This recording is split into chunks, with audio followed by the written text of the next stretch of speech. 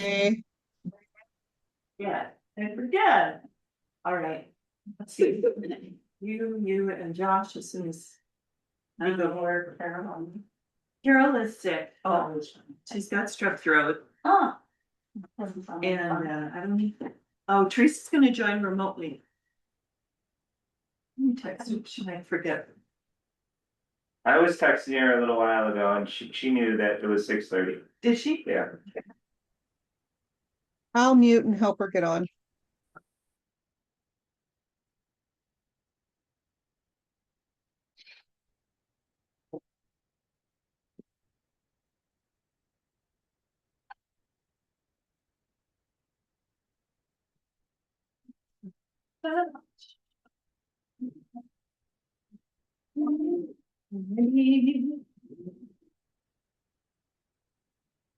All right, let's kick it off with the this is the final presentation, right? Am I correct? Of the preliminary engineering report. Jesse, are you presenting? Yeah, I'll run through that similar PowerPoint as last time.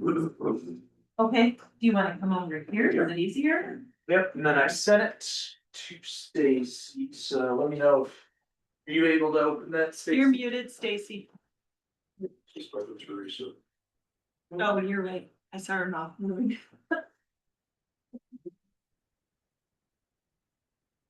I think those nice. I know you're mean. Yes, that happened the last time.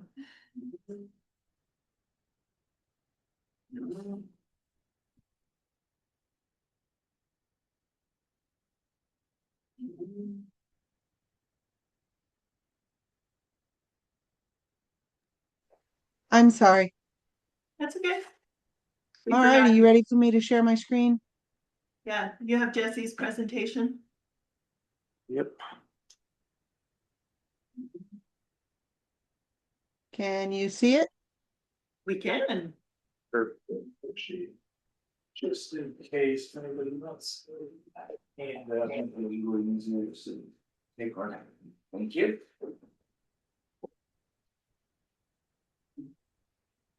So Jesse, will you just walk, these are our new council members, Kathy Romy and Josh Cook. And yeah, Carol Almenrud unfortunately is not able to be here, she's sick. But since they were not part of this original process that led up to it, you want to just give them a little bit of background? Yeah. Where we started, how it's been what, year and a half?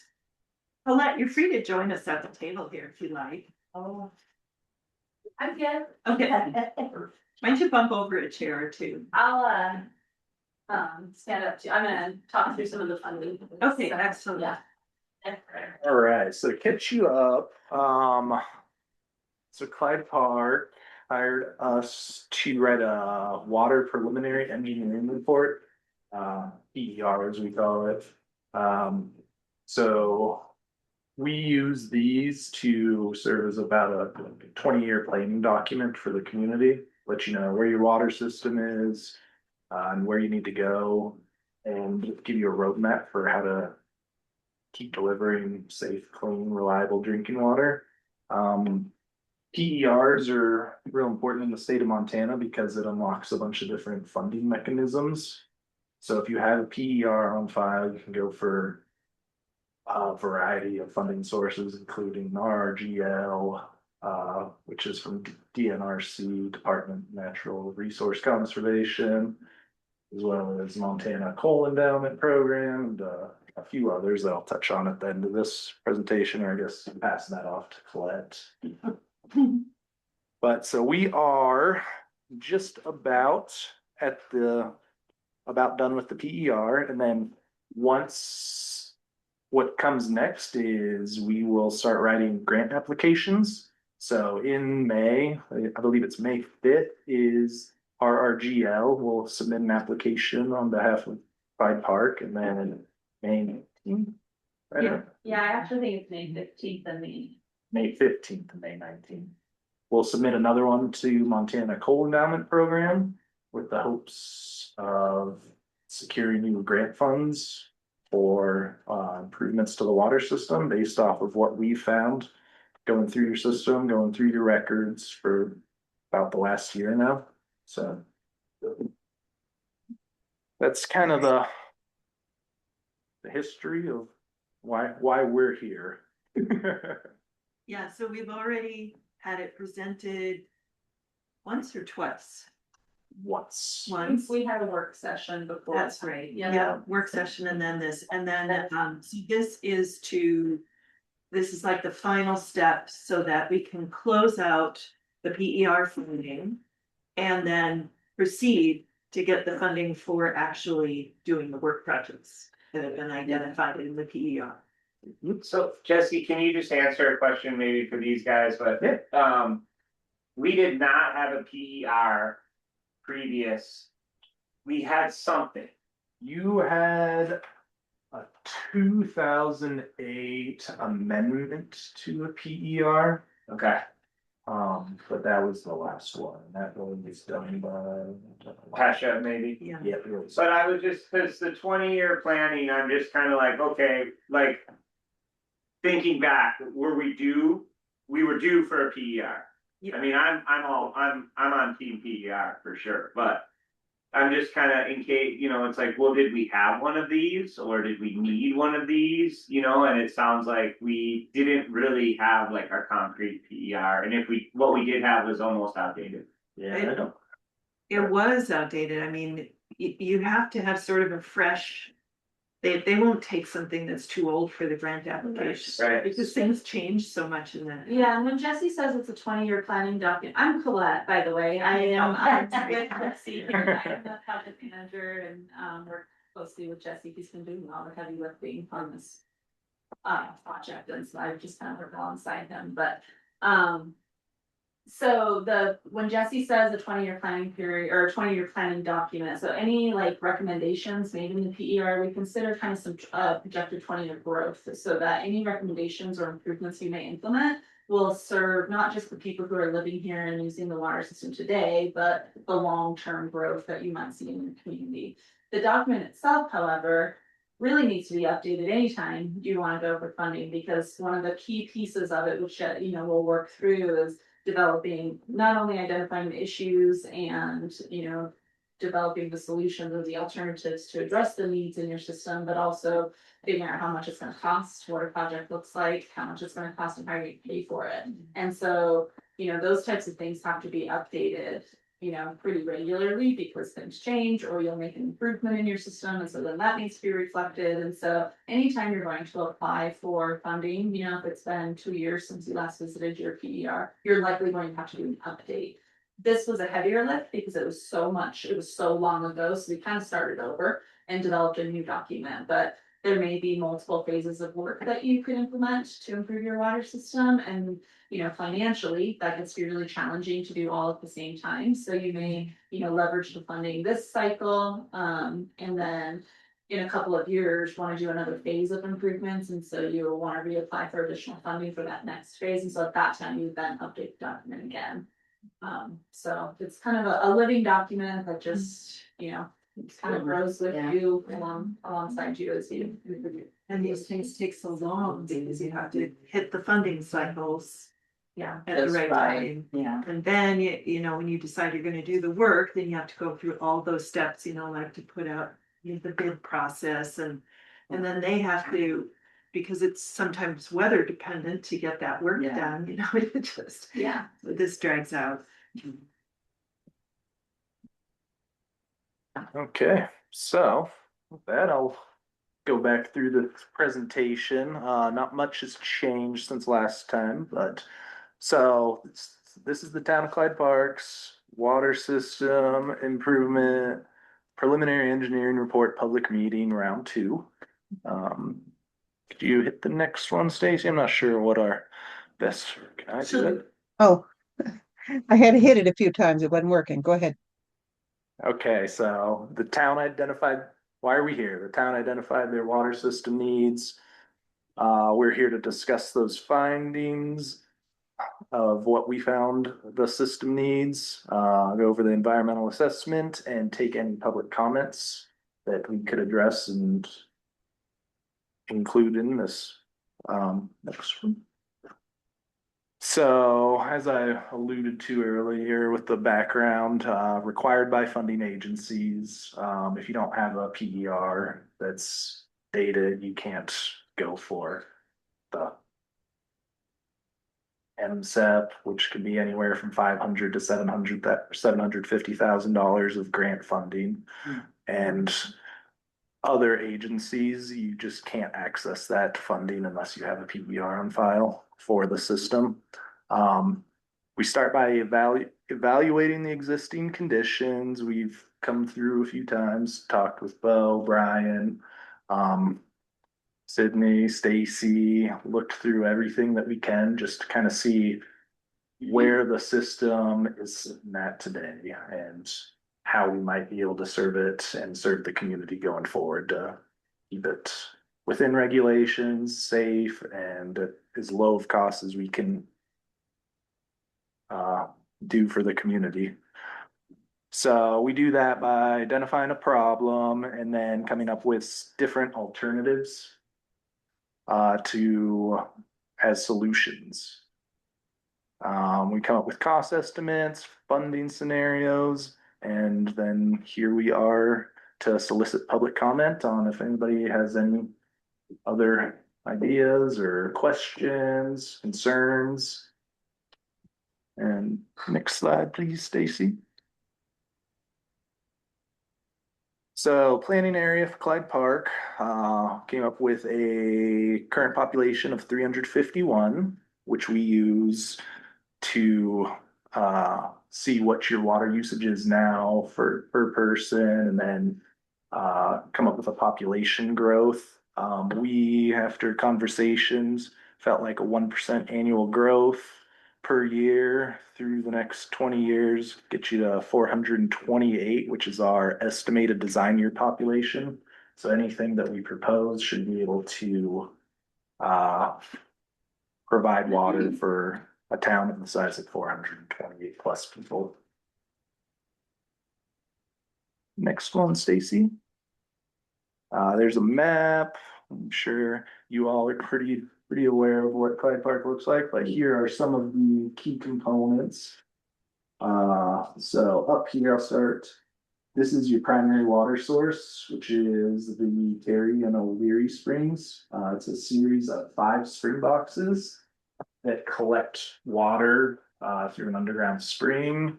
It uses a series of perforated lateral pipe and collects them into these boxes, highest elevation down to the lowest one, which is box 5. And from there, it goes from the transmission line to the storage reservoir, which is up on that hill. I'm sure you've seen it, especially if you drive north. From the storage reservoir, then another transmission line gets you to town limits and then feeds into the distribution system. Your secondary or redundant source is the well house over there. You have 2 wells and those come together at the well house where they receive chlorine treatments, and then from there it's pumped up to the storage reservoir, which then pressurizes the town system. Lately, you have not had to use the well house, which is great because pumping water is a lot more expensive than a gravity source, which the spring boxes are. Next slide, please, Stacy. So here's the 2 water supplies, Terry O'Leary Springs, primary source, gravity fed, measured flows that we have seen there anywhere from 100 to 140 gallons per minute. Historic flows, which I've gotten from a few reports, that there's a 1999 hydrogeologic report from mines. They've said as high as 200 gallons per minute. So we haven't seen that with the SCADA system, which logs it, but it doesn't mean that you can't get back up there. Wells number 1, number 2, secondary source. Meets DEQ requirements as a redundant source. So for a public water system, not only do you need one source, but that needs to go out for whatever reason that hopefully never happens, transmission line breaks, some sort of contaminant event up at the springs, you need to still supply the town's usage. So wells 1 and 2 can do that with production together of 115 gallons per minute. No backup power at the time. That is one change from before, and we're gonna recommend that with one of the projects. Next slide, please, Stacy. Water use data. So average day was 132,000, a little over that gallons per day, which comes out to 91.9 gallons per minute. If you take your service population of 351, that comes out to 377 gallons per day per user of the system, which is a high number, to be honest with you. Metered use, so the source flow, that's what's coming from the springs, what's coming from the storage tank into town. Metered use, average day was all the way down at 24,166 gallons per day, which, as you can see, 68.7 gallons per person was billed, but 377 entered the system. Using projected water system demand with that 1% population increase, using that data would give you average day gallons per minute of 112 gallons per minute, which if we think back on that last slide, the springs generally get you 100 to 140 gallons per minute, so cutting it a little close. However, and I think this is the next one, potentially, Stacy. Did it So there change? They was- look alike. Okay. Yep, you got it. So for anyone that was around town, June of last year, there's a pretty big water main break by the post office on Main Street. That got fixed up. And what we have seen after that is average day usage dropped quite a bit. I'm going to look at this middle column. But so the reduction in water use basically went down 34 gallons per minute.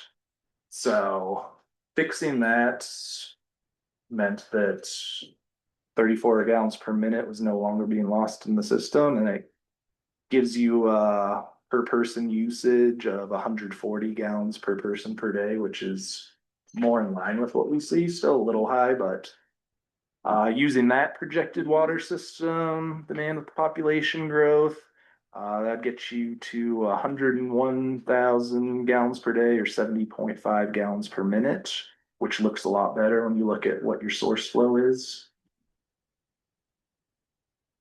Next slide, please, Stacy. So just a little visual. So there's 3 points of measurement in your system. Coming into the storage tank, there is a flow meter. It's to get technical, a Badger electromagnetic flow meter that reads what's coming into the system, and that averaged 120.6 gallons per minute. On the downstream side of the tank, so what goes from the tank to town is another flow meter, same kind, but you had 96.4 gallons per minute coming into town per average for those 3 years that we looked at. And then when you look at what the average amount is billed, you get 16.7 gallons per minute were billed on average. So after analyzing this data, our first thought of the water system was there's quite a bit of water getting lost. Can you go to the next slide, please, Stacy? What we call unaccounted for water, system leakage, water loss, enters the system, does not make it to the customer. average loss for public water systems for countrywide, it's a EPA number 14%. Generally for smaller communities or rural communities, it's a little higher than that. Clyde Park was at 82% pre-water main break fix, post 71%.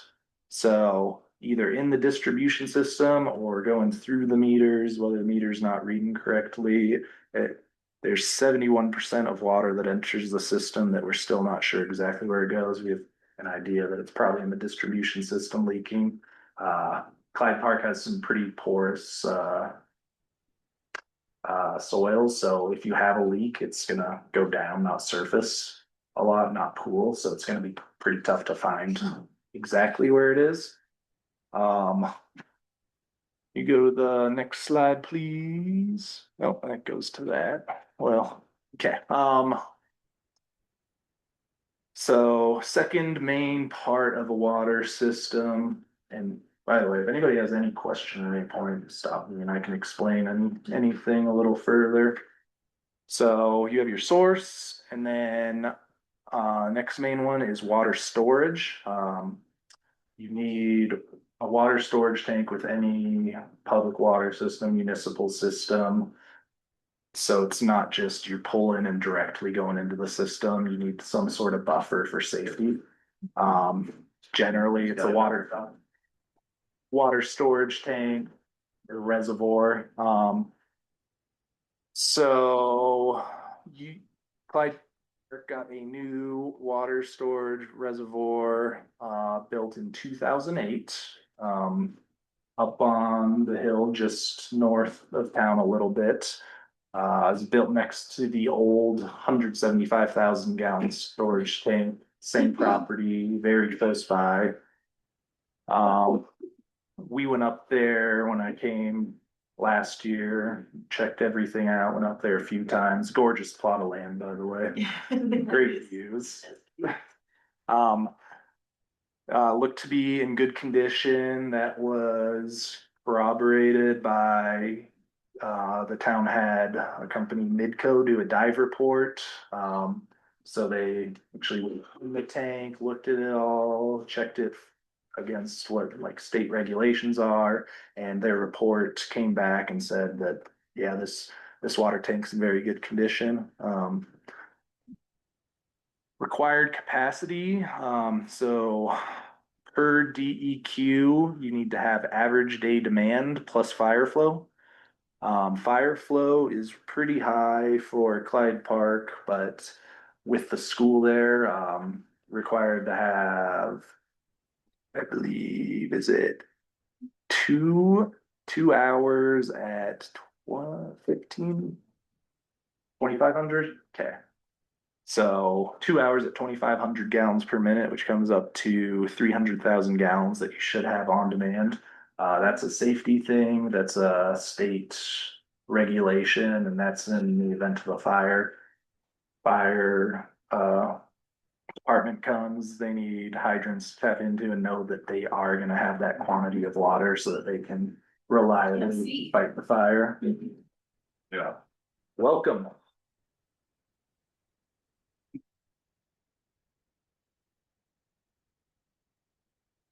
Second. So This is the Great West Engineering is presenting the final preliminary engineering report for our water system. Jesse from Great West and Colette from Great West. Thanks for coming.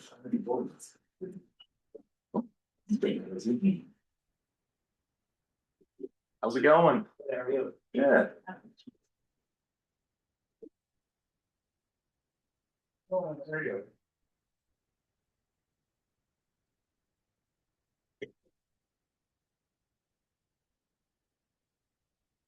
go. Keep going. Yeah. Okay.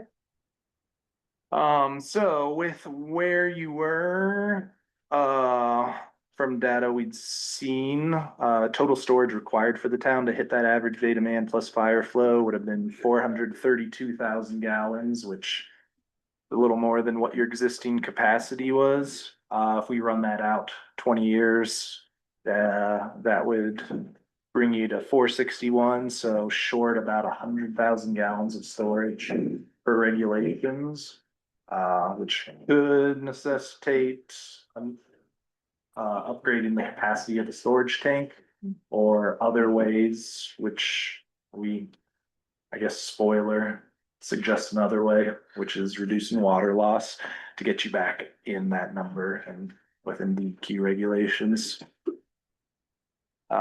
Next slide, please, Stacy.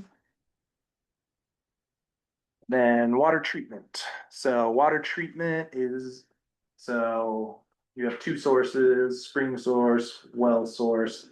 Both of those water sources, before any water enters the distribution system, receives a dosage of liquid chlorine. So with that, routinely meets federal state standards for water quality. Clyde Park, I put that website up there. None of this information is private. It's there if ever interested in what the water is. Is it safe to drink? For Clyde Park, any community you go to, that should be public knowledge. So good to check that. There were violations related to monitoring, and missing tests. A lot of that was pre-boat. There wasn't a operator for a while, so it's real hard to keep up. I mean, it's a busy job trying to keep up with the system and getting all those tests. I know Brian filled in for a while. It's tough. It's so without an operator, there was some monitoring violations, but as far as is there radionuclides in your water, arsenic, uranium, coliform, we aren't seeing that in your water. The one thing to be cognizant about, nitrate levels are elevated, although they are well below the maximum contaminant level, which is 10 parts per million. Seen generally 1 to 4. So a lot of the contaminants you test for, its traces are not there. So in general, water quality is real good for spring source and well source. Next slide, please, Stacy.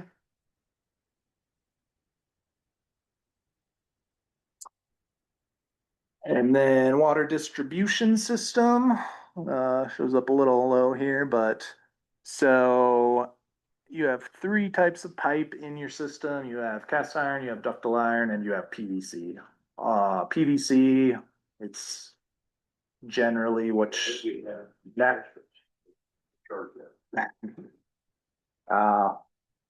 it's what we recommend. It's the standard when you put new pipe in the ground. Generally, we put PVC on. It's non-corrosive, not prone to leaks, has a very long lifespan. I mean, you can expect 80 years out of a PVC pipe unless there's very challenging ground conditions. So the majority of your system, looks like just over 5 miles is PVC. Then you've got 1 mile, about 5,000 linear feet of cast iron pipe remaining, and 1,100 feet of 4-inch ductile iron. Cast iron 4 inches and 6 inches.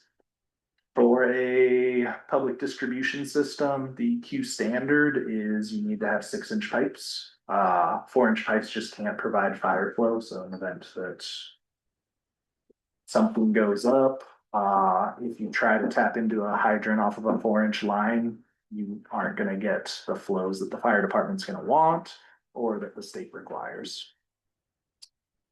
Water meters, a lot of them are near or exceeding expected lifespan. Some of that could contribute. So you've seen in town. Generally, you get about 20 years out of a water meter before you want to replace them. Next slide, please, Stacy. So looking at the system at a whole, deficiencies, that we have identified. So parts of the system are aging, which has contributed to that water loss. The cast iron and ductile iron, it's old, some of it is undersized. Um, it's, I mean, that June event was while we were looking at the system, and it was interesting to see just how much that one water break and repair could change how much water is getting saved or getting lost in the system.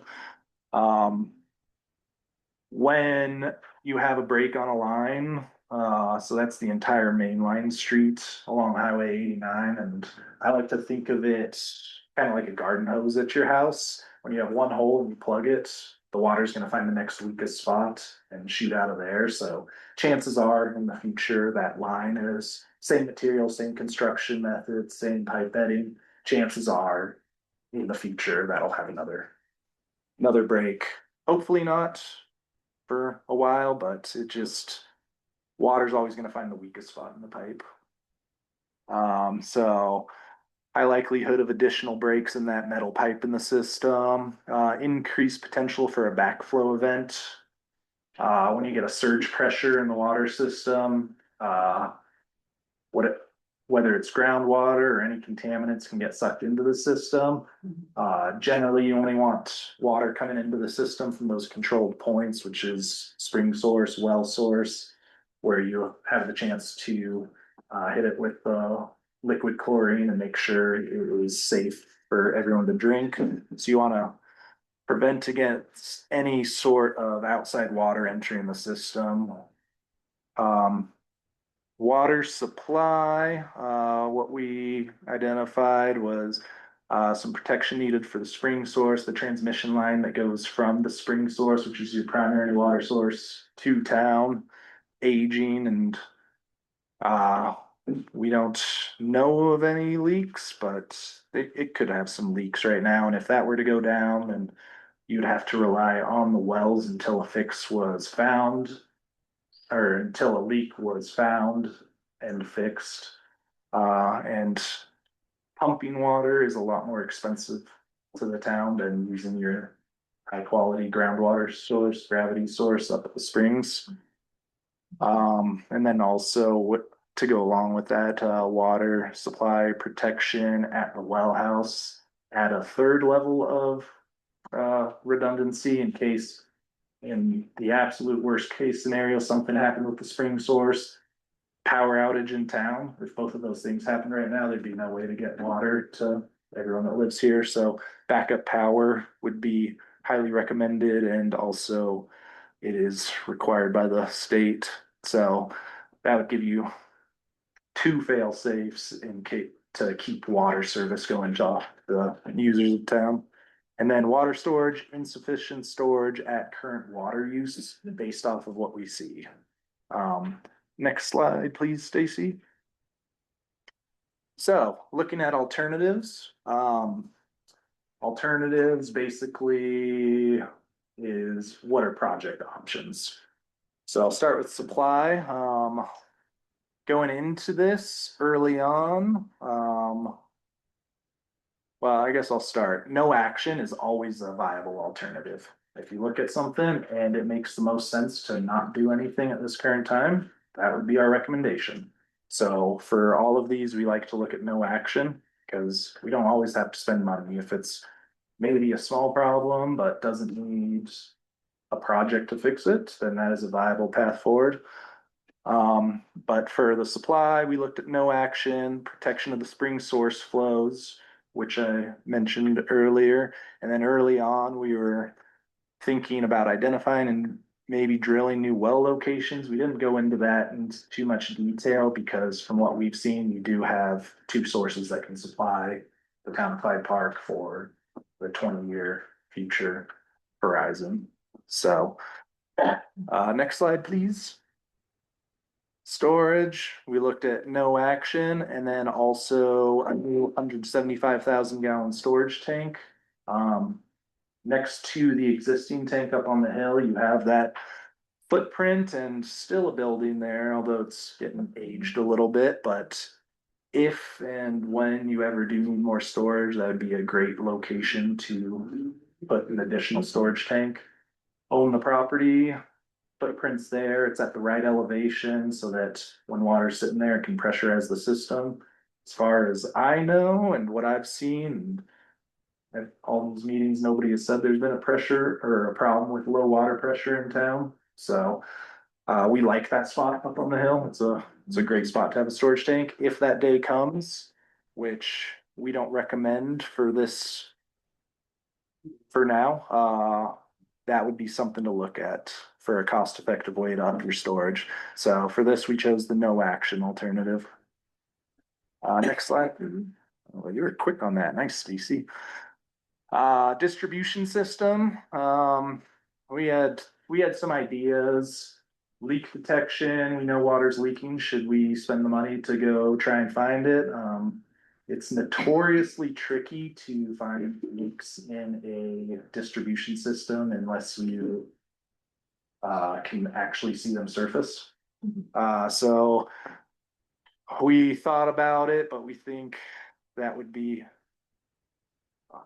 a waste of effort, time, and money because chances are that the leaks are going to be contained to all the old metal pipe, whether it's ductile iron or cast iron in town.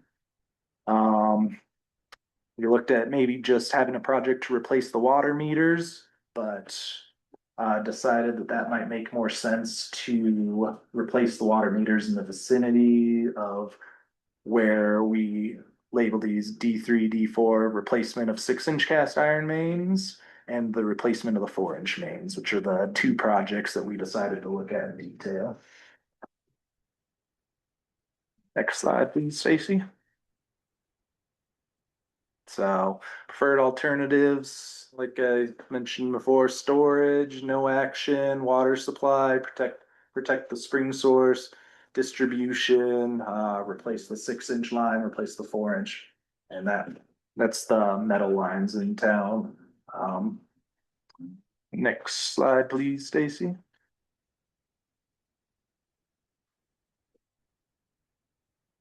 So costs associated. Unfortunately, nothing is cheap, and that is almost doubly true in the world of public infrastructure. So protection of the spring source, which would include replacing this whole transmission line, also adding some valving and controls and a little tank to regulate levels so that we can not just overflow at the storage reservoir like we currently do, which isn't a bad system, but it also increases chlorination costs. And then also adding a backup power generator at the well house.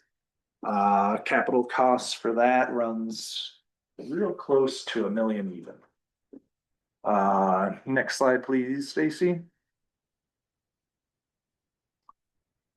So distribution system, replace approximately 3,500 linear feet of 6-inch cast iron pipe, and that would be this orange highlighted. So we have the stretch along Highway 89, and then these areas over on the east side of town. So that would be taking out the cast iron and replacing it with PVC pipe. While we do that, it would be replacing water meters that connect onto that, service lines, fire hydrants that are in the project area. And capital cost of that is about $1.8 million. Next slide, please, Stacy. D4 similar, except now we're looking at the yellow lines. So the only part of 4-inch that's on the west side of the highway right there, and then southern edge of town, and then over here. That'd be 2,700 linear feet, a little bit cheaper, but those are the undersized lines that are out of state compliance because they can't achieve fire flow. Capital cost on that, $1.23 million.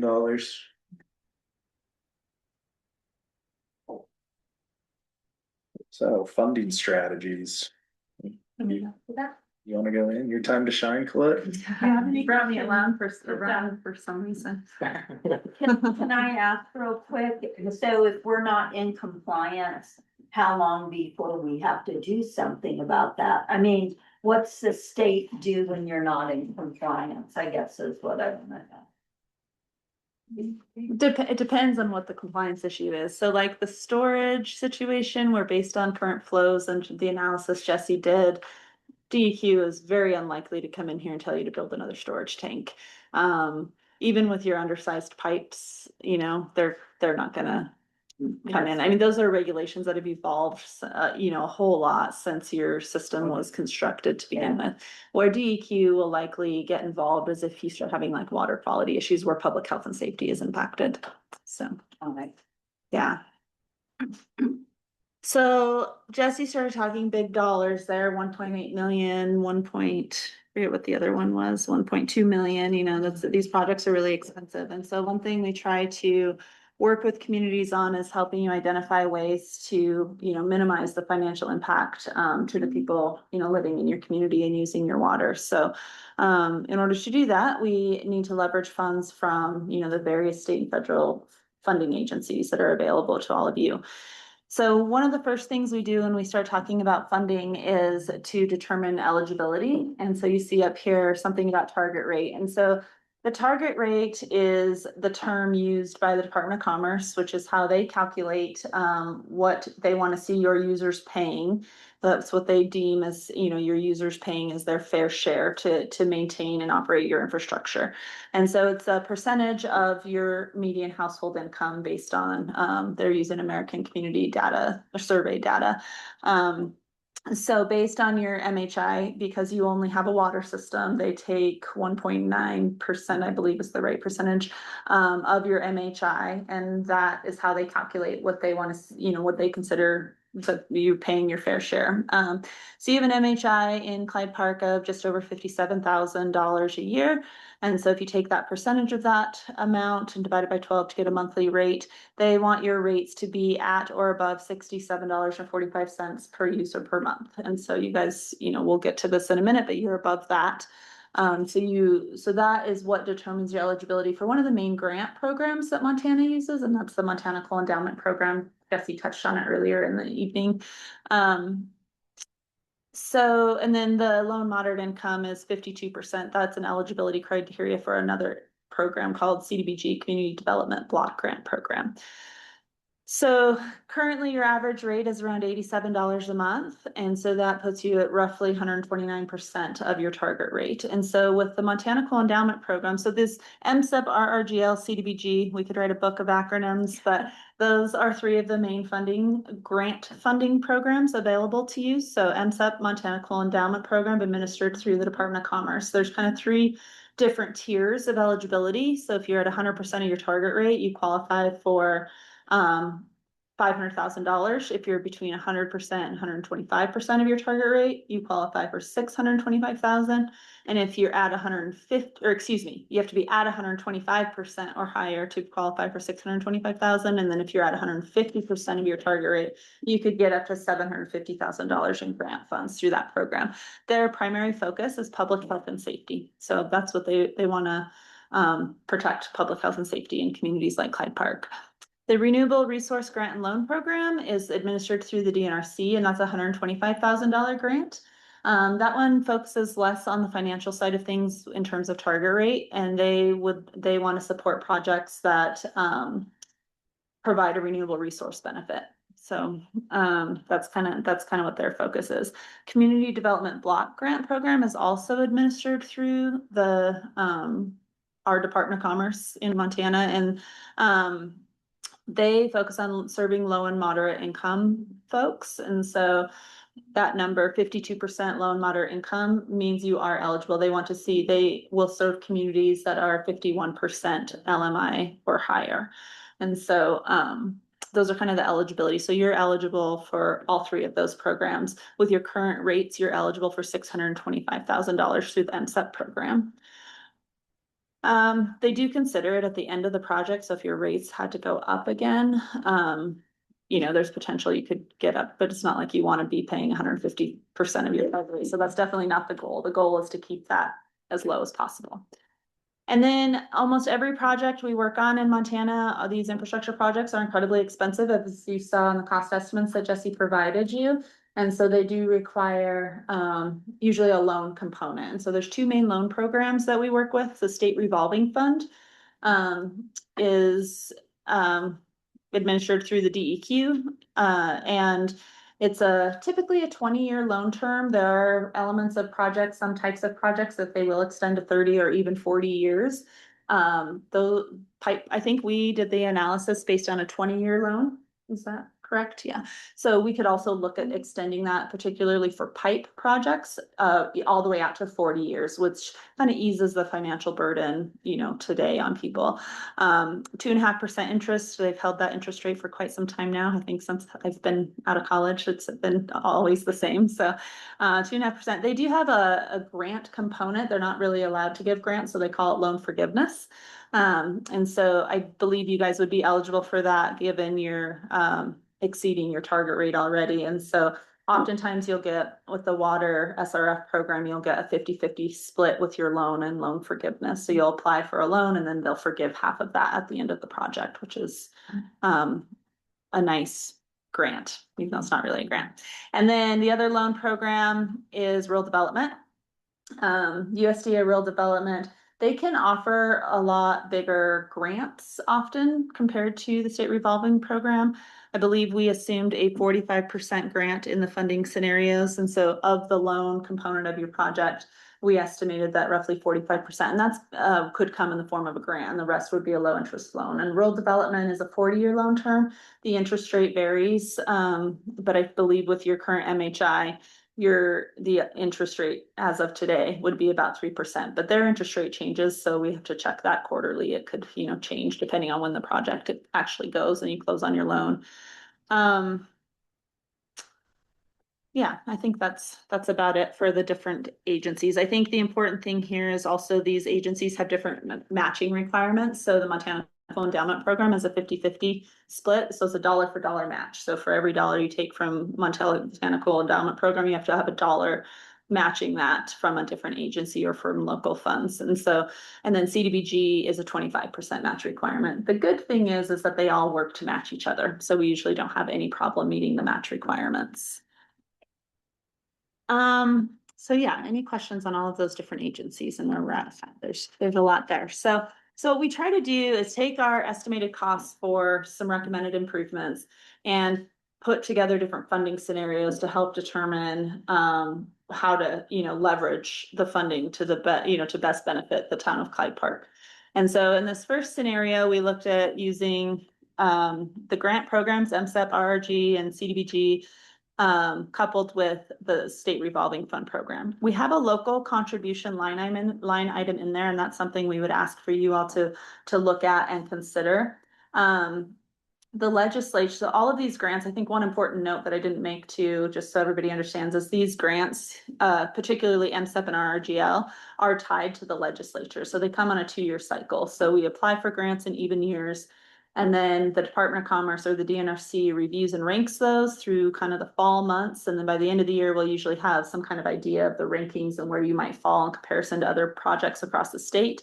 And then they make recommendations to the legislature, and that goes through the Long Range Planning Committee, who then passes things through, and then it ultimately gets approved in the governor's budget. That usually happens, when legislature comes to a close in May, the governor signs the budget, and then they send out awards. Sometimes that happens in May, more likely like June timeframe of next year is when we would see the awards to that. The reason we put the local contribution in there is because this last legislative cycle, our legislature put a lot of emphasis on communities, putting forth a cash contribution. And so DNRC this year, actually a new element of their program is they actually have kind of a part of their ranking is going to include a financial analysis, and communities who are able to put forth a local cash contribution will rank higher. And so we always try to encourage, just make our communities that we're working with aware of that to get you as many points as possible. So, it could be $5,000, it could be $10,000, it could be, whatever amount that you guys, might be able to look at your situation and come up with. But that might be something that would be something that we would encourage you to look at, sooner rather than later. As we said, the applications are due in May. So we would want to maybe get that commitment, maybe for all of you to actually take formal action and make a commitment at some point before those applications are due. And we would submit that, and that would increase the competitiveness of the funding. So all that said, we looked at a few different scenarios, and we basically took the grant programs and coupled them with SRF, and then also with rural development to kind of see what might be the best option for Clyde Park. And we looked at it with both. Determined that the highest priority is likely your distribution improvements to try to get that water loss under control. And then, you can kind of come back and reevaluate some of these other things. And so we looked at options D3 and D4 that Jesse talked about as far as the distribution alternatives. And so if you did both of those alternatives, you're looking at a little over $3 million project. And so if you take the grant agencies, the 625, the 125, and the $750,000, and what's remaining would come from, and this is assuming no local contribution. So local contribution will reduce that loan component a bit. But so you would need the $816,000 loan, and we would assume that the other half of that loan is another $860,000 would be forgiven. So with that scenario, we estimate that you would need a rate increase of $11 to $13 per user per month. So fairly significant for that expensive project. So then if you come down to scenario 2, if you were to do both of those alternatives, but you add rural development funding in there. Now remember, it's a longer term, and in this situation, they actually aren't providing a bigger grant. So it doesn't work out that way here. But because of the longer term, I suspect the rate increase, is basically cut in half, maybe $5 to $7. Now, we may be able to achieve that very same thing with the SRF program, if that's actually a little less, even with a 40-year term and the lower interest, 2.5% interest rate. So we'll take a look at that. And that's something we like to get feedback from the programs themselves, so that because one of the things you guys will be ranked on when we submit the applications is going to be the how realistic of a funding package you're presenting. Go ahead, Stacy. So then this option is more of the same, except we reduce the size of the project. So if you don't have the appetite or feel like a $3 million project is this more than you're able to bite off at, one time, you could reduce the scope and focus on just, one piece of the distribution system improvements. And so that was alternative D3, which was the $1.8 million alternative that Jesse presented. And so we looked at the funding the same exact way. And so that looks like a $1 to $2 rate increase. I don't know if that number is exactly right, because we say a 50% SRF loan and loan forgiveness, but it's 166. That might be off. That might be a typo. The loan forgiveness amount is going to be half of that loan amount. So then you're looking at, a much smaller rate increase at this time. That's a good thing. I mean, that's a positive thing. You guys have high rates already. The unfortunate thing is the need for those other improvements don't just go away. And those, will still be needed. And if they're just pushed down the road, they're likely, more expensive 2 or 4 or 5 years from now. So those are the things you kind of have to weigh and decide what's best for your community. And then with rural development, that scenario down below is SRF again.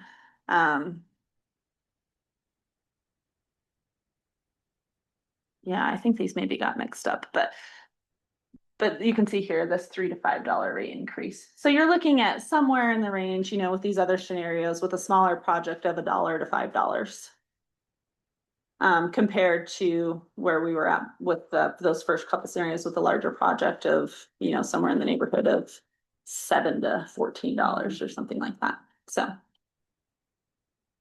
So yeah, I think that's pretty much it on funding, unless anybody has any questions on that. I'll get those numbers corrected and we can send those back out, make sure you have an accurate picture of those, but any questions on the funding side of things? I think that pretty well wraps it up. The last page there is the environmental assessment. So for every project like this, we like to look at what these improvements, what impact they could have on the environment, and if there's any environmental concerns that we need to be aware of, or that may trigger the need for a full environmental impact statement. And so what we do is just kind of send these maps. Oh yeah, she did switch the slide. Out to a host of state and federal agencies to ask for their comment as to what they see the environmental impacts needed. And so you can see on this, and this, this becomes a public document. It analyzes the seriousness of the environmental issue. Most of the time with these distribution system improvements, I mean, these are old systems. We're replacing pipes in areas of town that have already been disturbed. And so it's not, taking away prime farmland or anything like that. And so it's usually not too significant of an issue in terms of the environmental assessment. And so on the last slide there, we have a list of agencies we've contacted, and so far we have not received, and it's been a while, the comment period's over actually, so we haven't received any comment that would lead us to believe an environmental impact statement is needed, and we feel like this environmental assessment is sufficient. So with that, I think we would just open it up for any questions, comments, or any other discussion you all think we need to have, public or otherwise.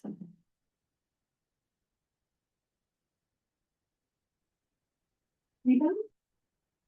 Okay, so just to, so the reason that we are doing this is to, wrap up this is the final meeting to wrap up the preliminary engineering report for the water so that we can close that project and receive the funding for that, and then open us up to apply for the funding for the actual Design and design and work construction. that would begin. And because of the legislative cycle, we have to have those grant applications in by May 5th or 15th. I think it's actually 15th. I may have wrote 5th in the amendment or the contract, but it is the 15th. 15th and the 19th for the other one. Yep. And so Colette provided us with resolutions that are appropriate to finish that.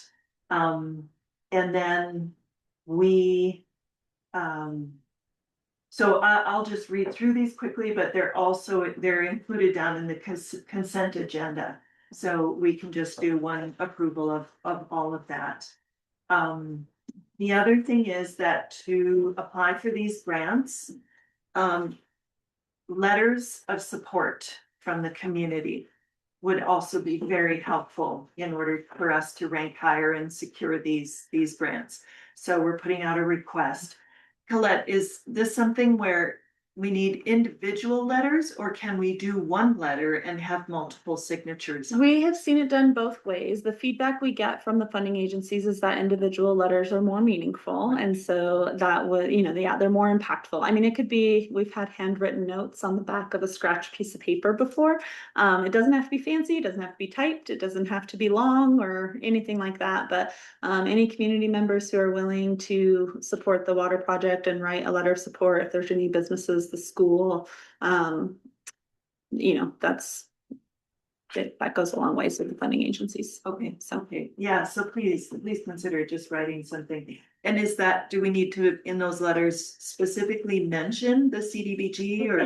No, it doesn't have to. I think just in support of the water system improvement, maybe why it's important to that entity, or that business or that person, or just it could be, I like to be able to turn my faucets on and flush my toilets, and I think it's important that Clyde Park continue to maintain its infrastructure. So yeah, it can be very simple. We would like to have those by May 1st, if you would. And then we can forward them on to Colette and her team to put them in with the grant applications. Yep. So that would be great. Anybody have any questions or comments for Jesse and Colette? I want to thank you guys for coming all the way down here. Of course. Helena, right? Yeah. Yes. Yeah. It was a Yes, beautiful I drive. want to mention, I know it seemed all doom and gloom about problems with the water system, but in general, water system's great. I mean, you're very fortunate. You don't have any problem with water quality, which a lot of places in the state do, which they get to enjoy clean drinking water that's safe for you and your family. So have some pipes that need to be replaced, but at least you don't have to look into options like mechanical treatment plant or reverse osmosis. So my park's got a great water source, and yes, you're proud of it. All right. Yes, thank you. Thank you very much. I'll just read through these resolutions very quickly, so they're on the record. Resolution number 483, a resolution of the town of Clyde Park to submit the town's application for Montana Coal Endowment Program funding and BNRC Renewable Resource Grant funding for phase 3 of the water system improvements project. Whereas the town of Clyde Park is applying the MSEP to improve the water distribution system. Whereas the town of Clyde Park is also applying to the DNRC for financial assistance from the RRGL to improve the water distribution system. Whereas the town of Clyde Park has the legal jurisdiction and authority to construct, finance, operate, and maintain the town's water system. Whereas the town of Clyde Park agrees to comply with all state laws and regulations and the requirements described in the MSEP application guidelines and those described in the MSEP project administration manual. Whereas the town of Clyde Park agrees to comply with all state laws and regulations and the requirements described in the DNRC RRGL application guidelines.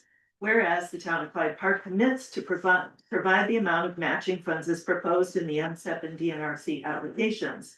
Now therefore be it resolved that the town of Clyde Park authorizes Mayor Sidney Wiley to submit the application for MSEP funding to the Montana Department of Commerce on behalf of the town of Clyde Park to act on the town's behalf and provide such additional information as may be required.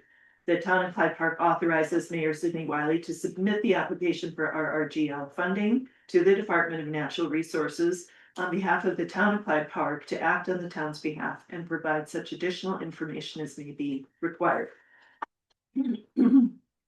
Resolution number 485, a resolution of the town of Clyde Park to adopt a detailed preliminary engineering report conducted and prepared by Great West Engineering, Inc. Whereas Great West Engineering did submit a detailed preliminary engineering report to the town of Clyde Park describing the condition and performance of its existing water system, developed, evaluated, and recommended preferred alternatives for improvements. And whereas the town of Clyde Park did meet with Great West Engineering to review and approve said preliminary engineering report, and whereas the town of Clyde Park Council had conducted a public hearing and Great West Engineering has incorporated information from the hearing in the preliminary engineering report. Now therefore, be it resolved that the town of Clyde Park Council have reviewed the preliminary engineering report and submitted change requests necessary to effectuate the acceptance of the PER and hereby declares the document acceptable to the town of Clyde Park. And that the council hereby authorizes Sidney Wiley, mayor, to execute and attest any documents required to adopt the PER and effectuate its submission to the appropriate government agencies. Resolution number 484. A resolution of the town of Clyde Park, Montana, accepting the determination that an environmental assessment is appropriate for the water system improvements project. Whereas the town of Clyde Park has completed an assessment to identify potential environmental impacts from the proposed water system improvements as defined in the 2026 Water System Preliminary Engineering Report. Whereas the draft environmental assessment was made available for public comment and the findings were presented and reviewed at a public meeting. Whereas no substantive public comment was received, therefore be it resolved that the town of Clyde Park Council has determined that the water system improvements project will not significantly affect the quality of the human environment, and accordingly, an environmental impact statement is not necessary and adopts the final environmental assessment for the water system improvements project. Are there any questions on the resolutions? Okay. Council, any questions? Okay, all right, we will pass and adopt those in the consent agenda. Okay. Thank you, guys. Do you want to stay for the council meeting or? It's up to you if you need us to, or.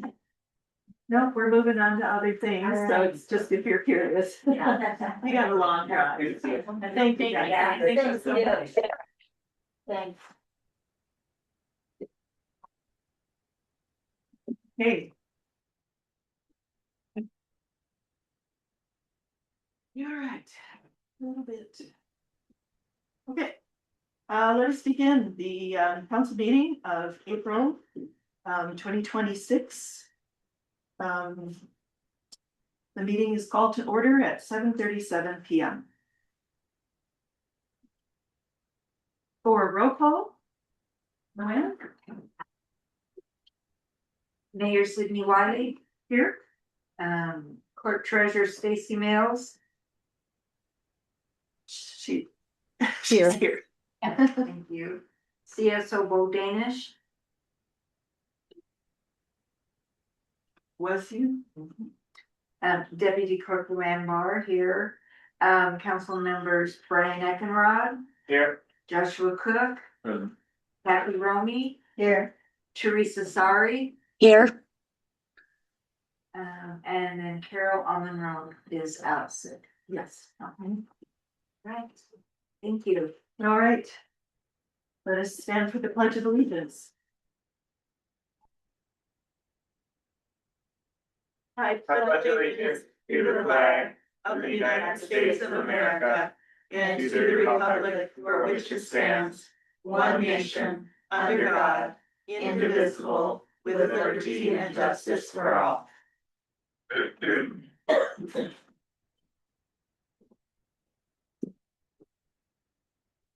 Okay, next, I will open up the visitor comment period for any item that is not on the agenda.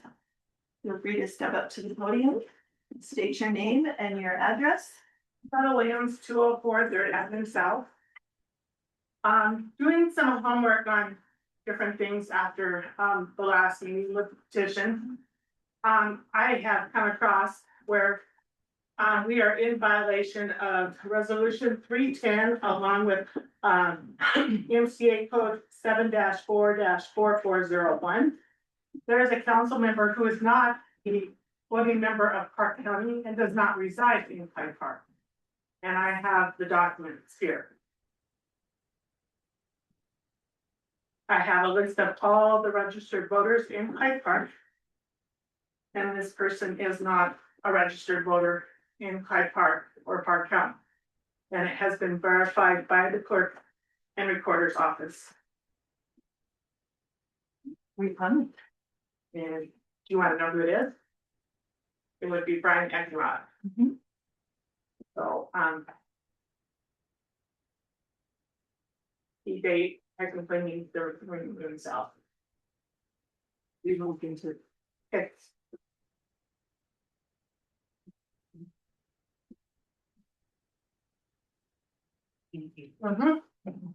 For the recording, the documents have been given to the deputy clerk to be submitted to the record. Anyone else? So, State last month I met. your name and your address, please. Roger Chandler, 306 Second Street. Thank you. Last month I mentioned we had lots of nice weather, still no potholes fixed. The park could be raked, street signs still haven't been fixed. The playground equipment in the park hasn't been tightened up in 2 years. Will and I were the last ones to do it. Then we'd be going over at least every 2 years, tighten up the bolts on, of course, some kid gets hurt. And it was called to my attention that the town side by side was out on Lower Cottonwood shooting gophers at Mandy Hams without permission. I don't see where the town side by side needs to go out of town except to go to the cemetery or the water treatment plant. Thank you very And much. you have to have permission to hunt gophers on land, and you're not to shoot off county road. That's a fish for wildlife violation. This has not been verified. Well, I Thank can you get for it your comments. verified for you. I got it. I would like to see. Thank you. Thank you for your comments. Anyone else, please? Yeah.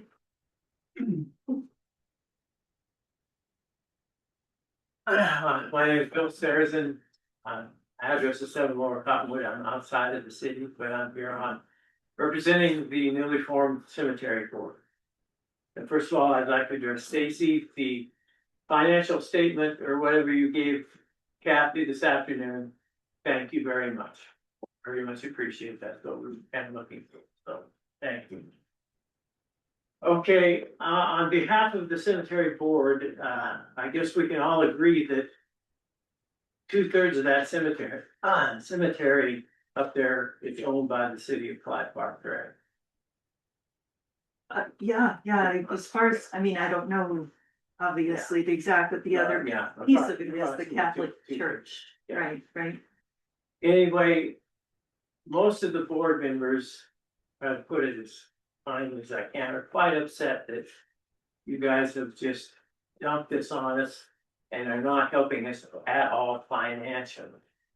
Now, we understand we've got some money, we've got almost 15,000, but we're having to buy equipment and do everything, so if you want it just maintained the way it has been, we're fine.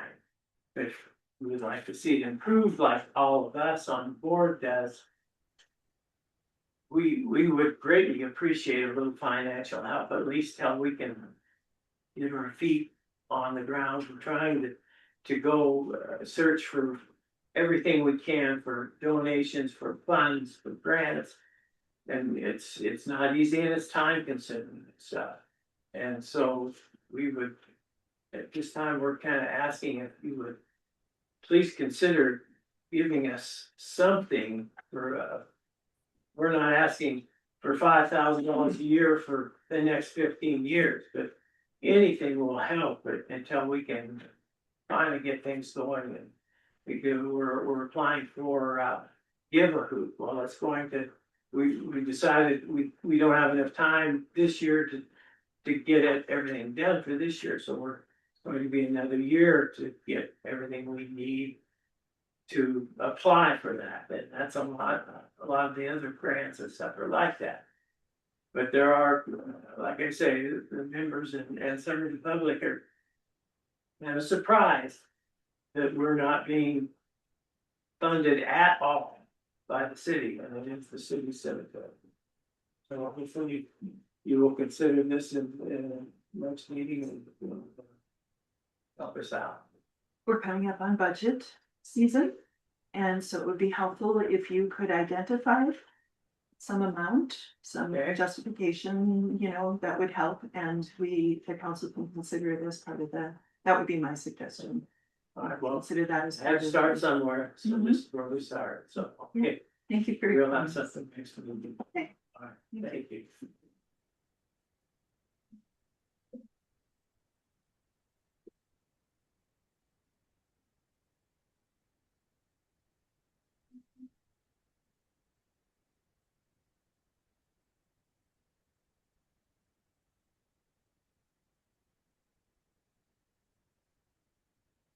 Are there any other comments?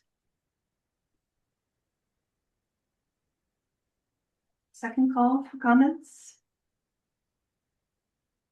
Last call for comments. All right, we're closing the visitor comment period. Minutes. Ms. Luann, would you please read into the record the minutes from the last month's meeting? Town of Clyde Park Town Council meeting minutes, March 11th, 2026, 7 Thanks for p.m. coming, you guys. Clyde Park Town Hall. Call to order, Mayor Sidney Wiley called the meeting to order at 7:01 p.m. Pledge of Allegiance, public comment, non-agenda items, the resident. That's concerned. No further comments were made, public comment is closed. Approval of minutes, the February 11th, 2026 meetings, minutes were read into the record. Corrections noted, application should read letter of interest. Correction of spelling of council member's last name. Motion approved minutes as corrected. Moved by Brian Eckenrod, seconded by Teresa. Sorry, vote passed unanimously. Mayor's report. Mayor Wiley reported recognition of Park Electric Cooperative employees to storm response. Attendance at community storytelling workshop. Update on CDBG PER grant pending PER closeout. Structural assessment completed on Town Hall and Methodist Church. Interlocal fire agreement progressing with legal review. Encouragement to attend MSU local government. Discussion of potential school de-annexation for resort tax participation. Insights from executive forum, including, insights from, executive forum. Department and committee reports, Bo Danish.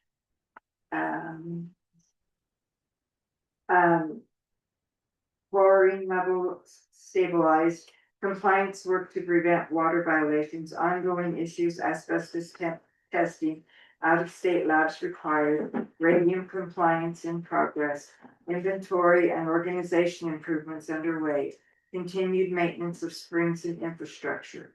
Treasurer's report, Stacy Mills, February utility billing $16,855.89. Payments received $14,477.36.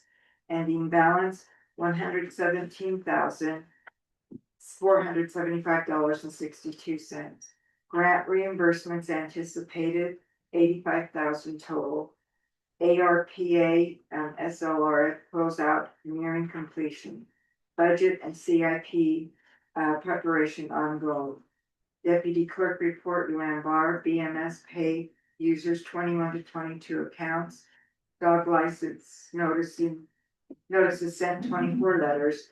Business licenses increasing. Meter reading and billing schedule provided. Reminder $15 late fee after due date. Committee reports, Parks and Recreation seeking participation in planning grant use. Ordinance Committee request for public involvement. Planning and Zoning subdivision application received. Meeting scheduled March 17th. Cemetery Board budget planning. Mowing equipment for purchase to be identified. New directional signage plan. Consent agenda. Items included minutes, treasurer's report, claims and warrants, and permits. Motion approved consent agenda. Moved by Kathy Roney, seconded by Joshua Cook, vote pass.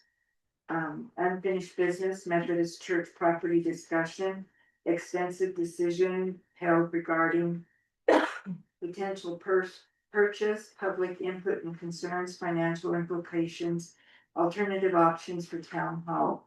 Public comments included strong opposition from multiple residents with petitions submitted. Concerns about cost and long-term burden, suggestions for alternative solutions, questions about legal process and transparency. Council discussion highlights concern over long-term financial risk, importance of leaving sustainable decisions for future councils, recognition of need for safe town hall facilities, mixed opinions on continuing exploration. Motion, form town hall planning committee. Purpose, explore options for town hall, including existing property use, sale of assets, new construction, or alternatives. Moved by Teresa Sari, seconded by Joshua Cook, vote pass. Public encouraged to participate, contact town hall to join. New business, solid waste board appointment. Motion reappoint David Sarrazin. Moved by Kathy Romy, seconded by Teresa Sari, vote pass. 250th anniversary of the United States, discussion only. Community events include ideas, barbecue, park activities, etc. No action taken. Spring cleanup day, discussion held regarding community cleanup events. Motion, table discussion to next meeting. Moved by Joshua Cook, seconded by Kathy Romy, vote pass. School board presentation, resort tax and de-annexation by Mary Ann Peace from MSU Extension. Presentation provided regarding potential resort tax district, possible school de-annexation, funding opportunities for community infrastructure. No action taken. Adjournment, meeting adjourned at 9:27 p.m. Motion by Brian Eckenrod, seconded by Joshua Cook, vote pass. Thank you. I'll open up comments on the minutes. Any comments from the visitors? Second call? Last call? Comment period closed. Council, do you have any comments on the minutes? I do. Yes? Okay. My name just in new business is misspelled, which is a minor thing, but I'm wondering if under mayor's comments, we remove the part where it says including, or either that or we list what you mentioned, just so that it's not confusing. Oh, Insights. inside. Yeah, Got it. Yep, thank you. you're welcome.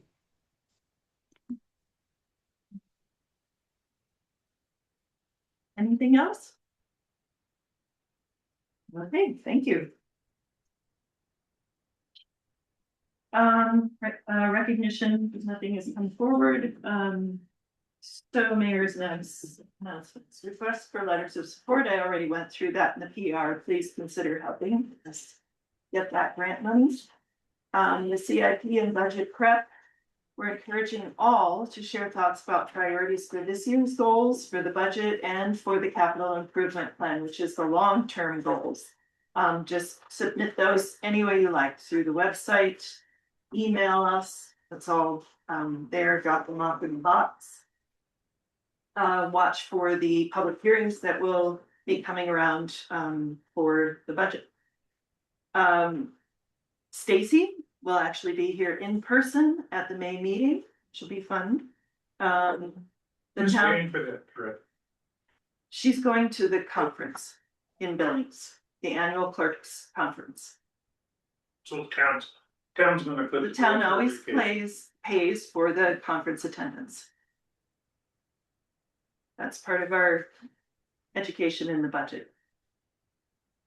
Town Hall Development Committee has been formed. The members are, our chair is Carla Williams, secretary is Bobby Joe Jones, Colton Jones, Sean Jones, Tracy Fremont, and Councilmember Kathy Romy are members of that. And they, we held a meeting on Monday evening. And was it Tuesday? Thursday, last Thursday. Thank you. And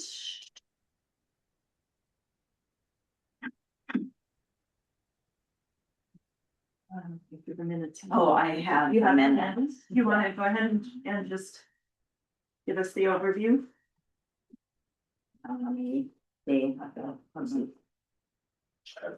Oh, dear, okay. Oh, you go ahead, John.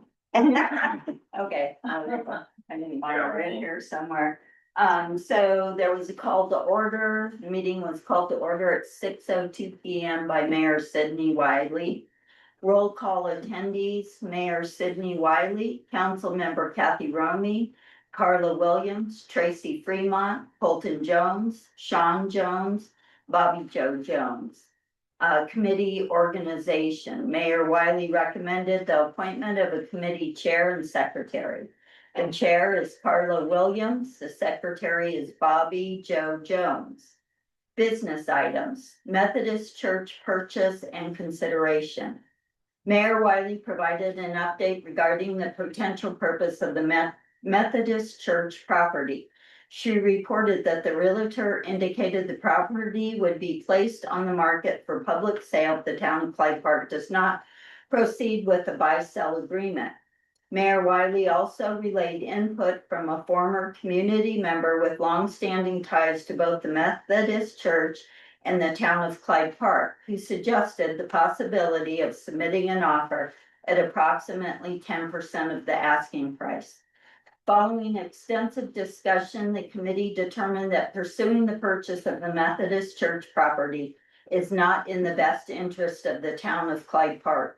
Factors contributing to this decision include existing financial obligations, including water system repairs, outstanding debt, and road maintenance expenses, lack of available funds for property acquisition, known and potential unknown costs associated with the church and parsonage structures, including significant structural concerns, foundation, walls, roof, a past extensive water leak, and potential issues such as mold and asbestos. Motion, Sean Jones moved to advise the town council to discontinue the pursuit of purchasing the Methodist Church purchase. Seconded by Kathy Romy. Vote, motion carried unanimously. The committee discussed the condition of the existing town hall and potential future options. The following actions were identified. Compile a compressive list of deficiencies and maintenance needs, major and minor, for the current facility.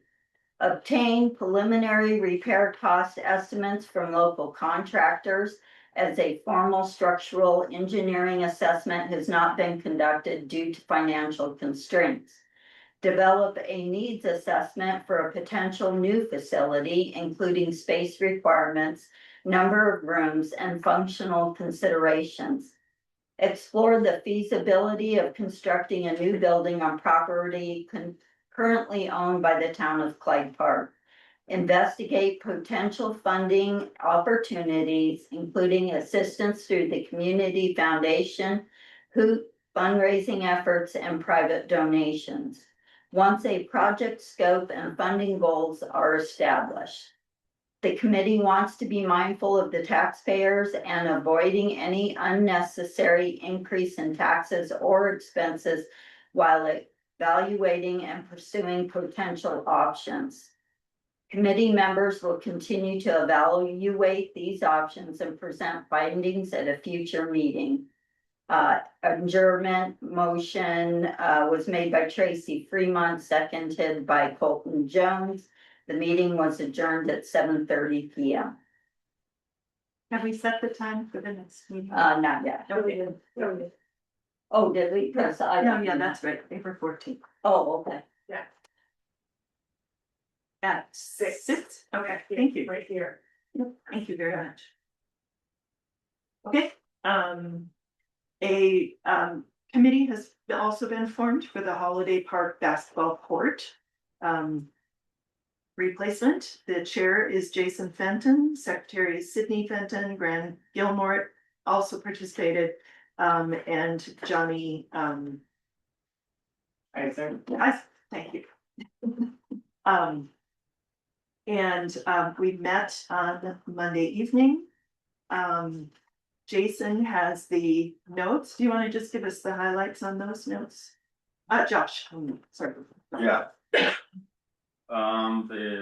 We established leadership roles as stated. Confirmed that there's a $10,000 grant, and they debated on certain layouts and what we need for more fundraising. The 10,000 should be able to get us started on the actual project. They're hoping to reduce the cost of the whole thing. So they also want to expand on the court and possibly include a pickleball court alongside the basketball court. Let's see. They went through a bunch of suggested next steps. They're looking for apply for grant to the Give a Hoot grant application.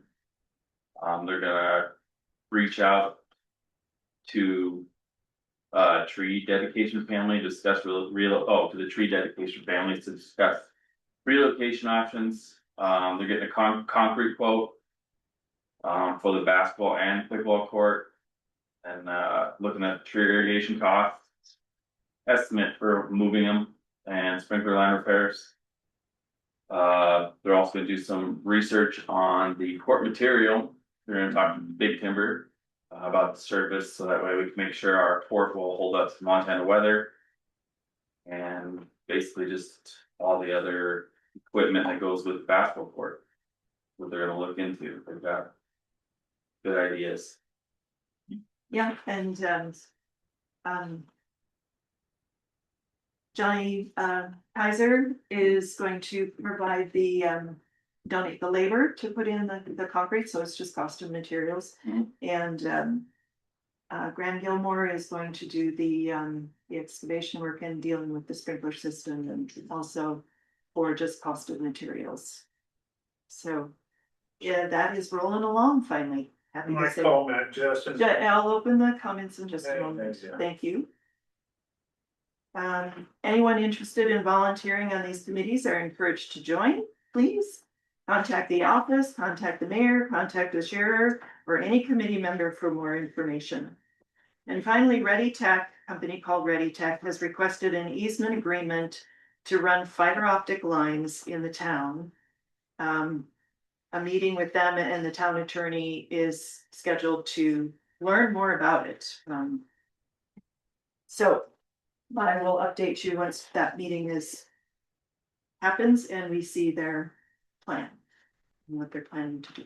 So I will open up visitor comments on the notes and announcements. George Chandler, 36 Street East. You guys might check with Matt Justin at Fisher. He might help you out with the concrete. He's pretty good about doing that. Yeah, thank you for your comment. Any other comments? I have a comment, Mayor. Hang on just a minute, Teresa. Carla, would you? Colonel Williamsville, 430 Avenue South. Didn't we already run fiber optics already through there twice with two different groups? It's only one, because Triangle went somewhere else. So it was the IIG that came in on the west end of town, and that's a long haul data fiber line. That's not available to, so this sounds like it's a company that wants to run fiber optic that would potentially provide data service to the town. So down the same street that we've already had it done several times. I don't before. know yet. I Okay. have not seen the plan. Cause the first group hasn't even finished fixing the lawns or anything like that, so. Okay, thank you. Thank you for your comment. Any other comments? Teresa. Yes, Teresa. Only comment I have is, especially for the new council members, whenever we have someone volunteering for doing work in the town, they have to come in and put their name on a volunteer list, and they're on there for like 6 months. It just helps us with our liability as a town. Yes, thank you for that reminder, Teresa. Okay, anything else? All right, moving on. Public Works. Mr. Damage.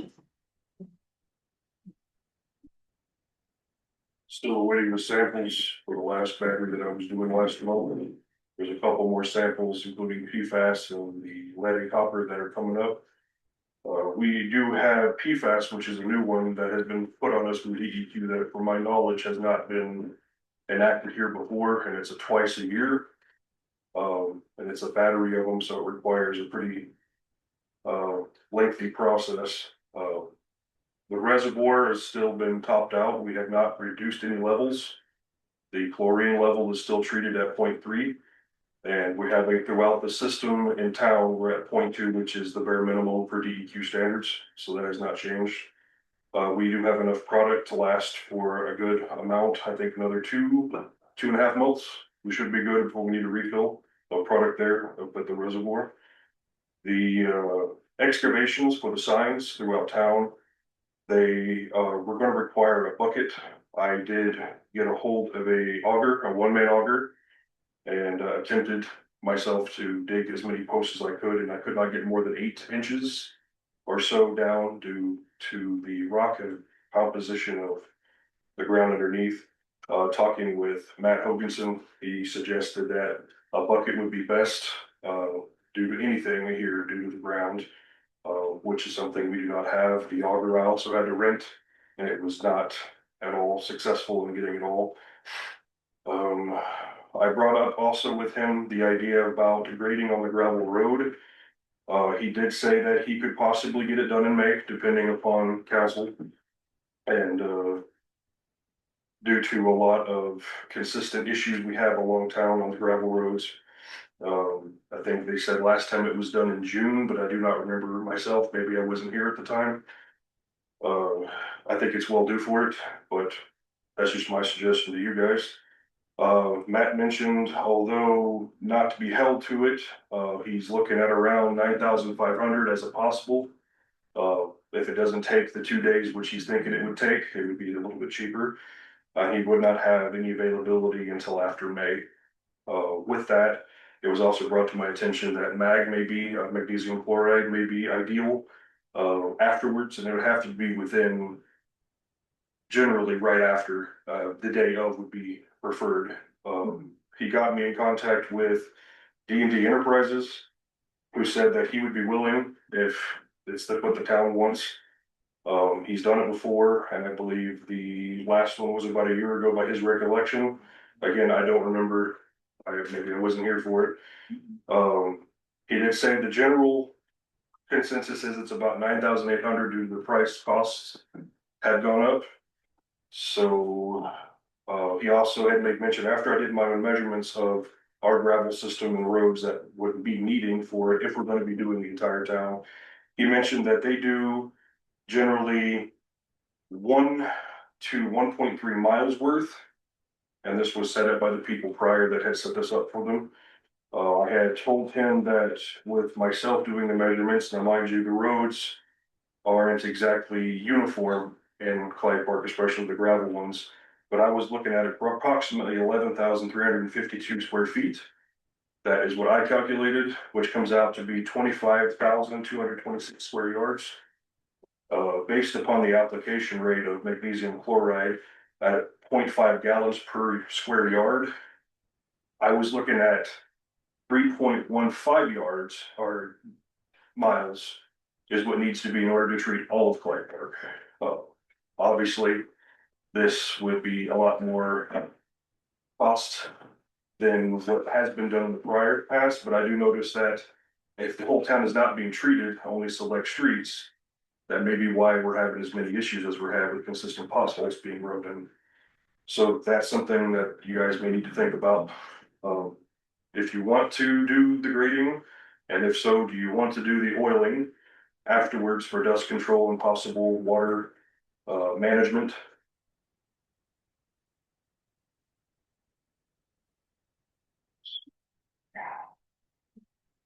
Also, if you are going to be doing the partial, which has been done historically in town, it might be an idea that we gather feedback from people at what streets should be taken priority. Again, just something to put onto the docket for it. So altogether, if you decide to go for both grading and oiling for partial of town, it comes out to be $19,300. Is that for the 1.3? That is just for the one mile that has been done historically here in town. Okay.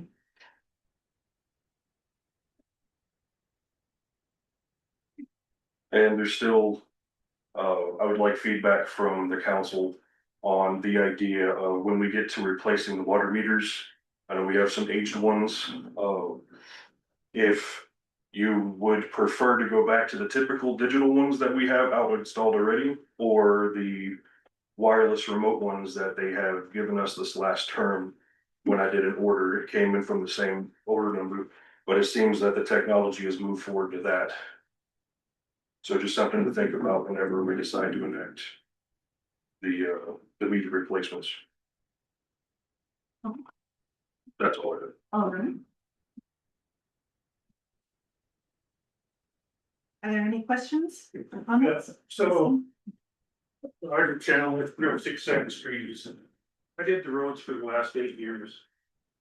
The grading usually took a day and a half. It's in wore the roads early. And it comes with the road oil he showed up on 10 o'clock. Took a truck and a pup load. The reasons we don't do some streets like Hartman and a couple others, people don't want them oiled. That's why they weren't oiled. Path, we don't do it, they don't want it oiled. Hartman Drive, they don't want it oiled. Up in front of Richard O'Hara's, he doesn't want that oiled.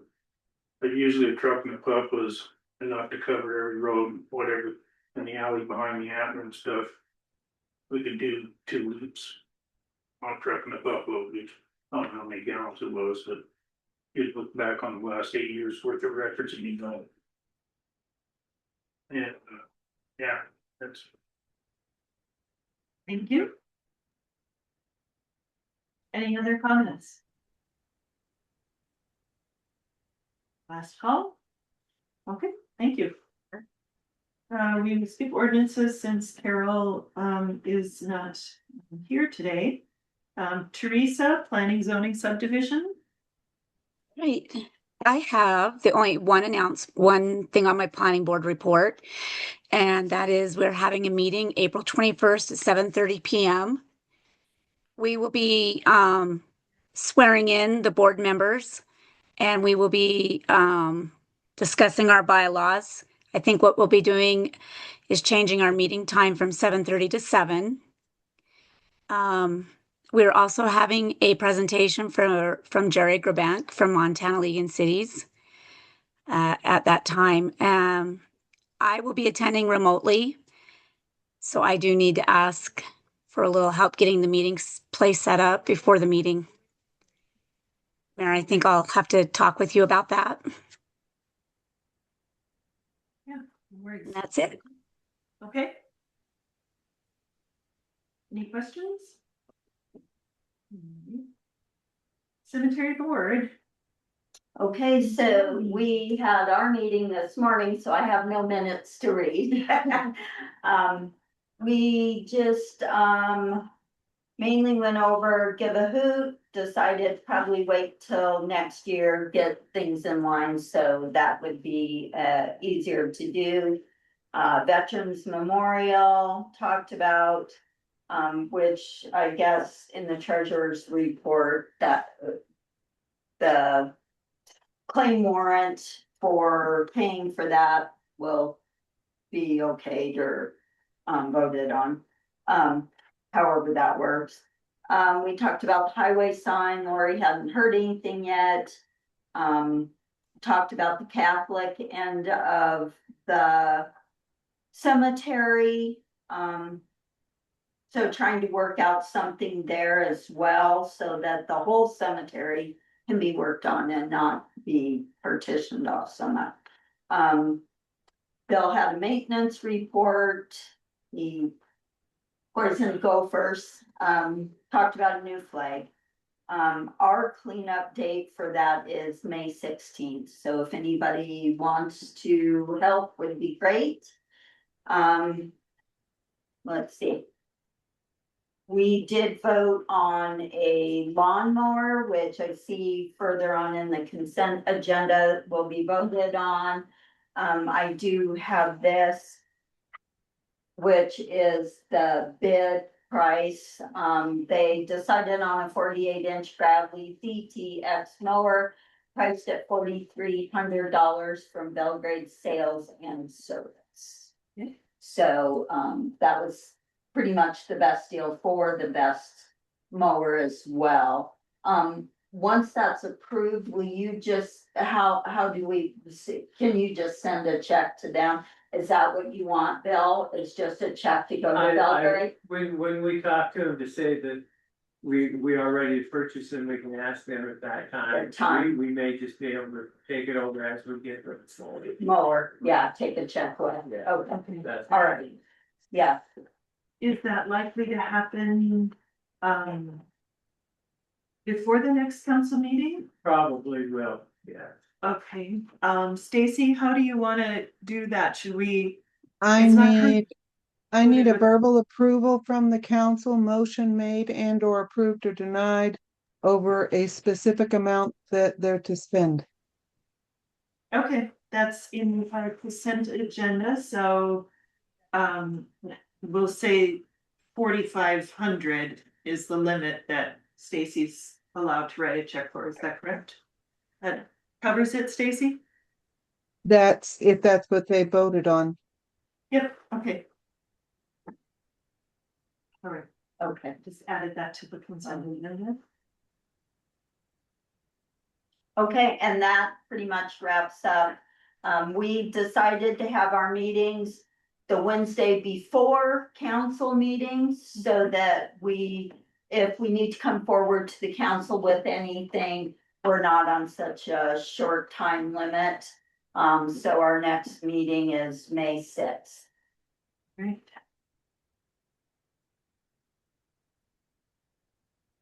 Also, please be aware that when you request the check, that it needs to be printed and signed by Sydney and Luann before it can be given to you. Okay. All right, anybody have any questions on cemetery board? Okay, thank you. Solid waste board, Dave Sarazin gave me a brief report, said there's a lot of things happening in the solid waste department. They were at a meeting on April 16th, they'll, or the meeting on April 16th, they'll be presenting to the county commissioners changes they'd like to see in the department and get feedback from them. They'd like to copy the system that was implemented in Stillwater County. They feel the system would solve the majority of the problems facing the county at this time. I believe that's a compactor system. We are kind of at a standstill until the commissioners either give the go-ahead or they direct us to go a different direction. There's still a lot of details to be worked out, and input from the community will be needed as we move forward. The report. All righty. And once again, I didn't follow the order. Stacy, your treasurer's report, please.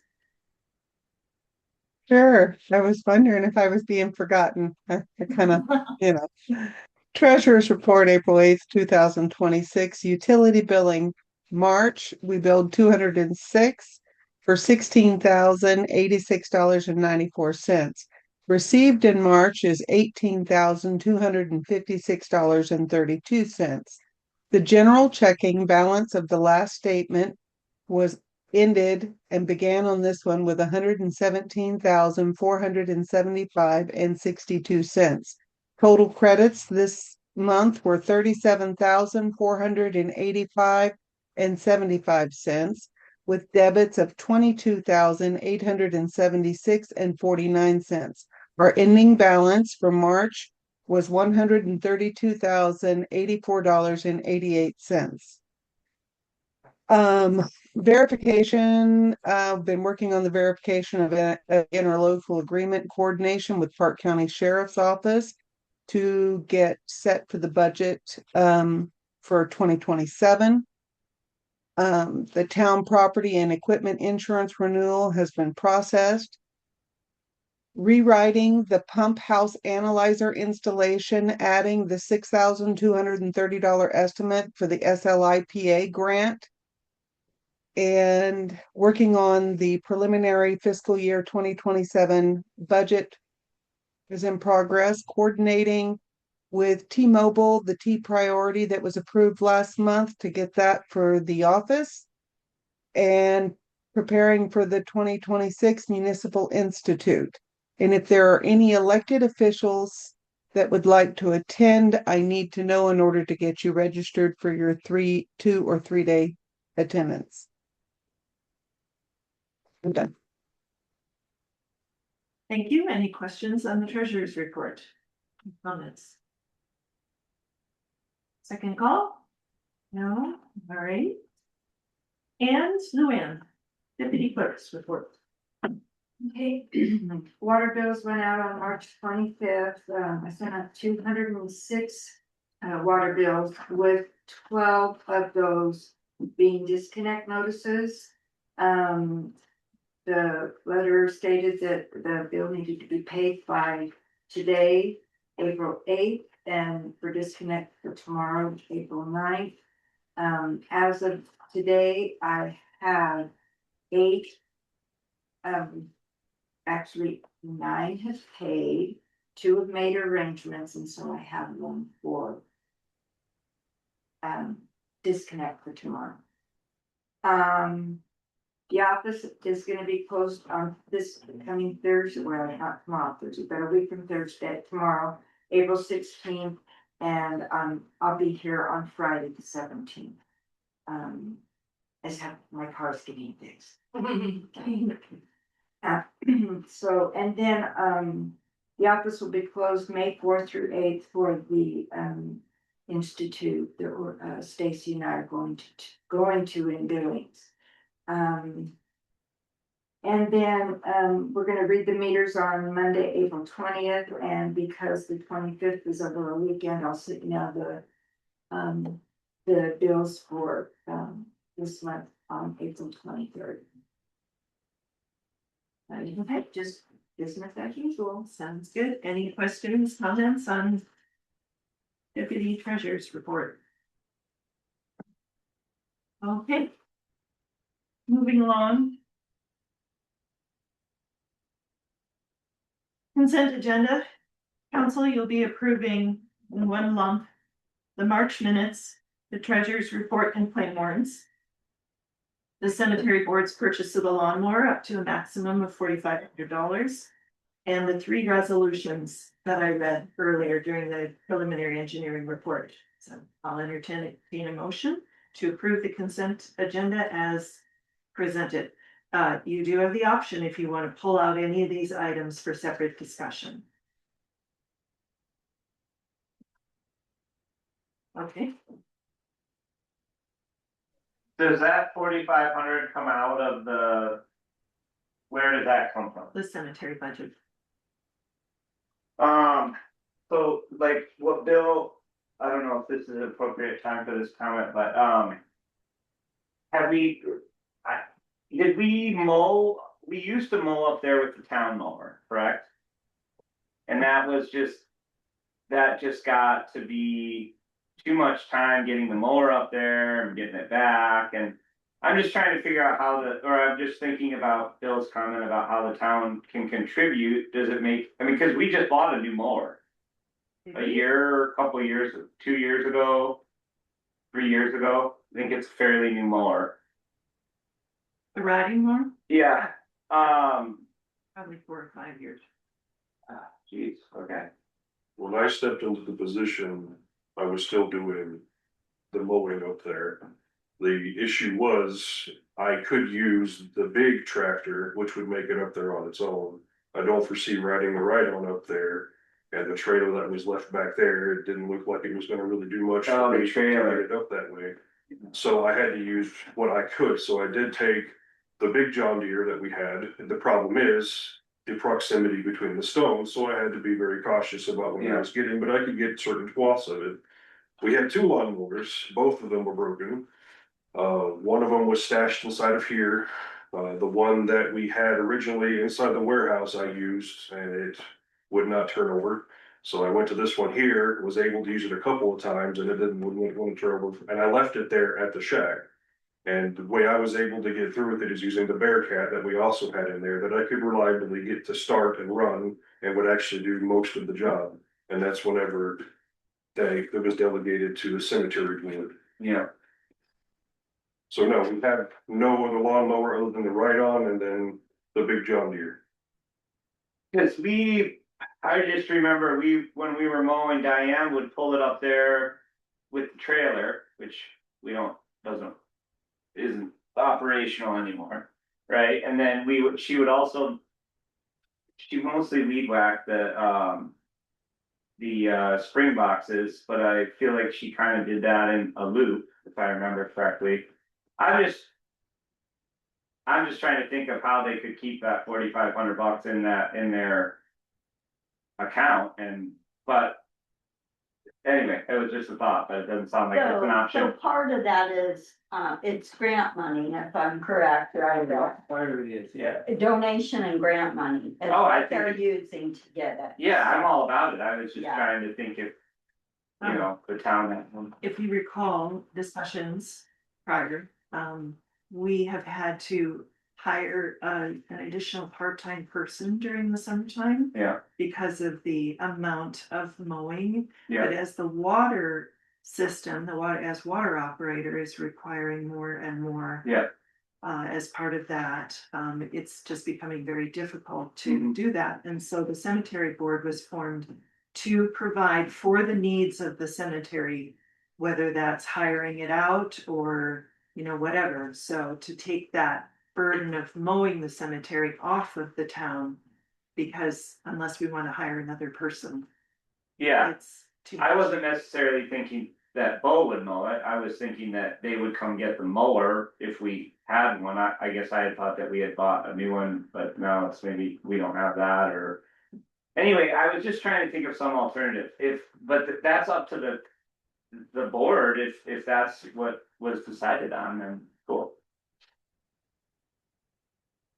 Okay, I make a motion that we approve the consent agenda. I'll second it. moved and seconded, all in favor? I, Teresa? Okay, Aye. thank you. None opposed, motion passes. Thank you. Unfinished business. The Methodist Church sent an email and they want to have a final decision by the town. Either as agreeing to go into a buy-sell agreement with them. Or they're going to list it. And I told them that I would get a final decision from the council today and let them know tomorrow. So that is our deadline. As you know, we've had that one email that suggested we offer them 10%. The committee bounced that around quite a bit. It doesn't seem to make sense. And you have the recommendation by the committee, the petition. Stacy, do you want to present the details of the petition? Because we had to put that through its paces in order to validate. The petition certification, yeah. Yeah.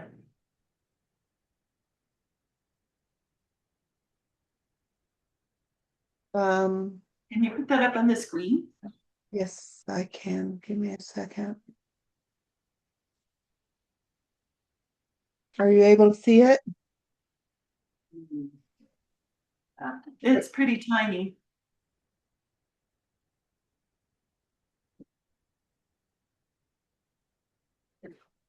Better? Yep, thank you. All right, Town of Clyde Park, official petition verification and certification packet prepared by Stacy Mills, Clerk Treasurer, date March 19th, 2026.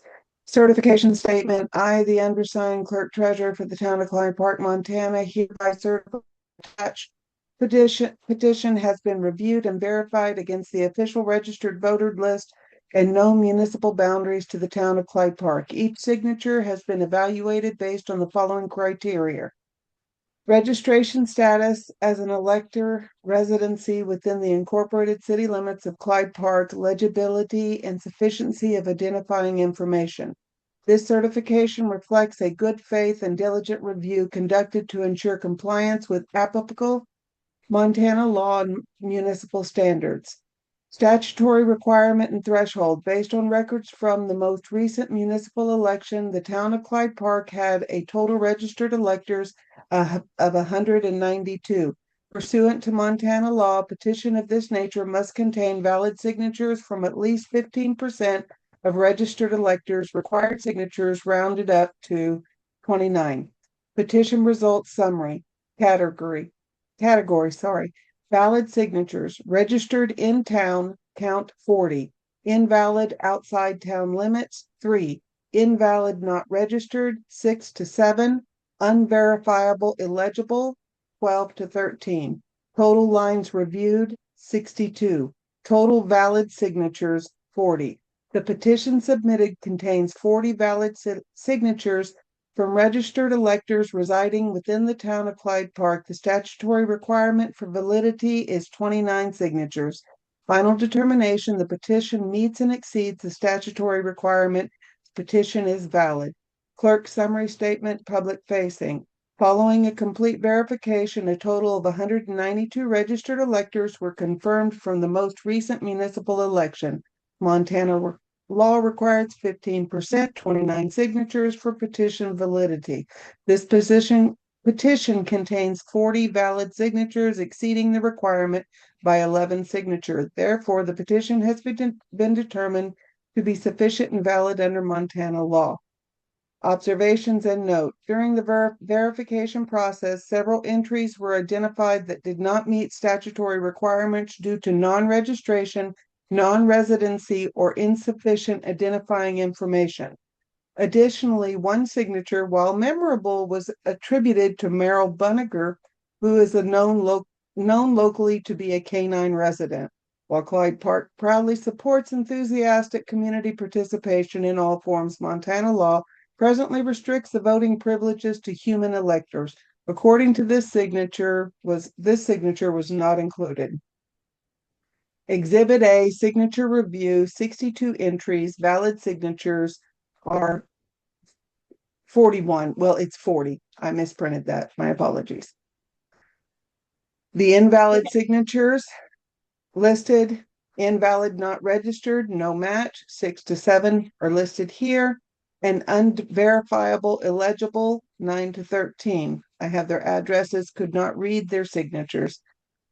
Addresses, address verification appendix, verified in-town addresses, addresses outside of town limits, addresses with no registered match or unverifiable. All original petition documents, verification notes, and supporting materials are retained on file by the town clerk for public inspection in accordance with Montana law. Okay, thank you, Stacy. So, council, you can see that that is a valid petition, although I would say that petitions are supposed to include a line where people can print their name, and then that helps with that verification process.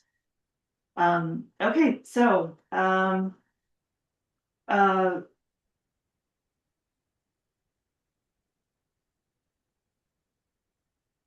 Do we need a motion? no, council, do you have any questions about any of this? Okay.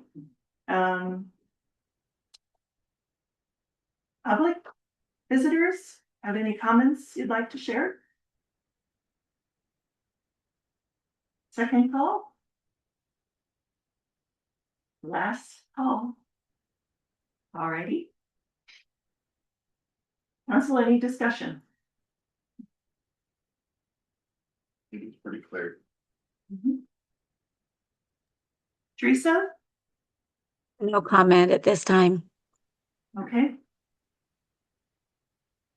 So the recommendation by the committee is that the town not pursue the purchase of the Methodist Church property. I'll entertain a motion to that effect. I motion that the town, how did we You word can that? just say so moved. Oh, so moved. So moved. Moved and seconded. All in favor, say aye. Aye. Aye. Any opposed? None opposed, motion passes. That was easy.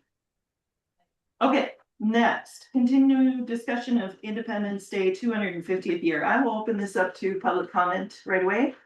Anybody have any ideas for the 250th anniversary?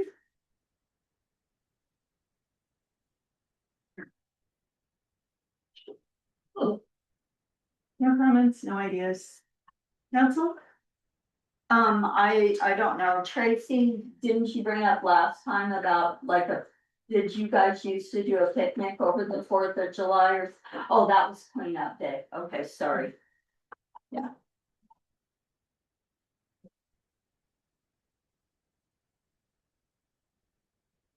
Okay, I talked to my neighbor Teresa Watts. She suggested she was going to maybe be putting something together, and so I will check with her and see if there's what her ideas are. Spring cleaning day, any further discussion on spring cleaning day, interest in doing it?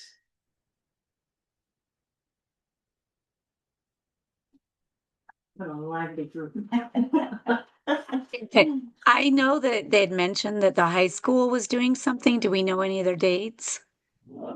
No, we have not determined that. This is just, a little bit more town-wide was the idea, because we've had so much stuff blow around from the storms, that it would be sort of a town, effort to kind of clean things up because of that, so. We could just put a little blurb out there that show your town's spirit and send us a picture of you cleaning, of you doing your spring cleaning. Then we could post, if with their permission, post them on the town website. That's a good idea. Thank you, Teresa. Yeah.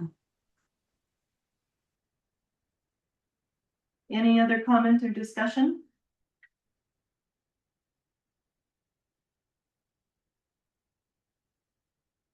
Second call?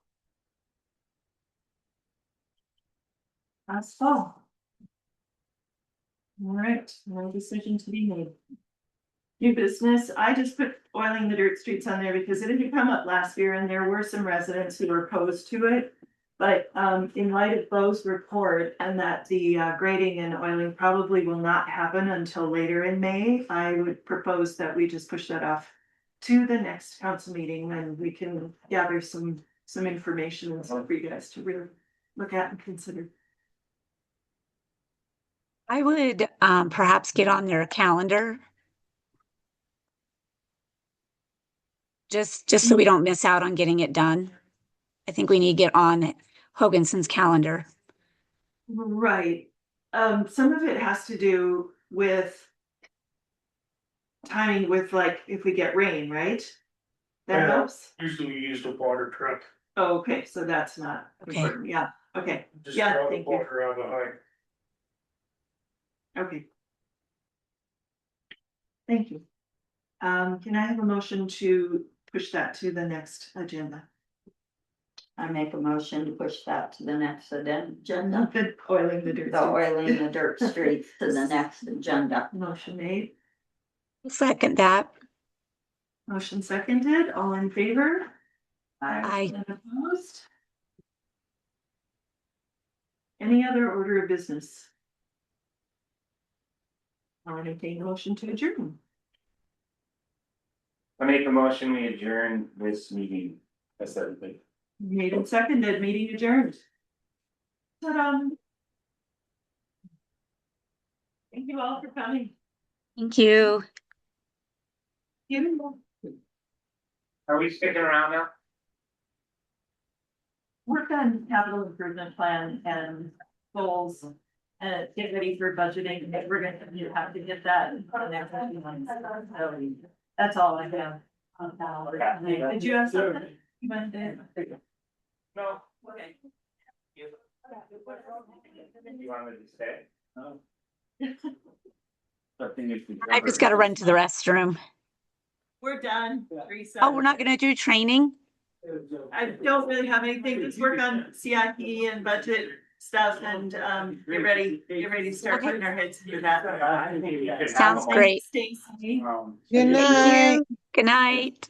Yeah, I remember Will, and so I was just trying.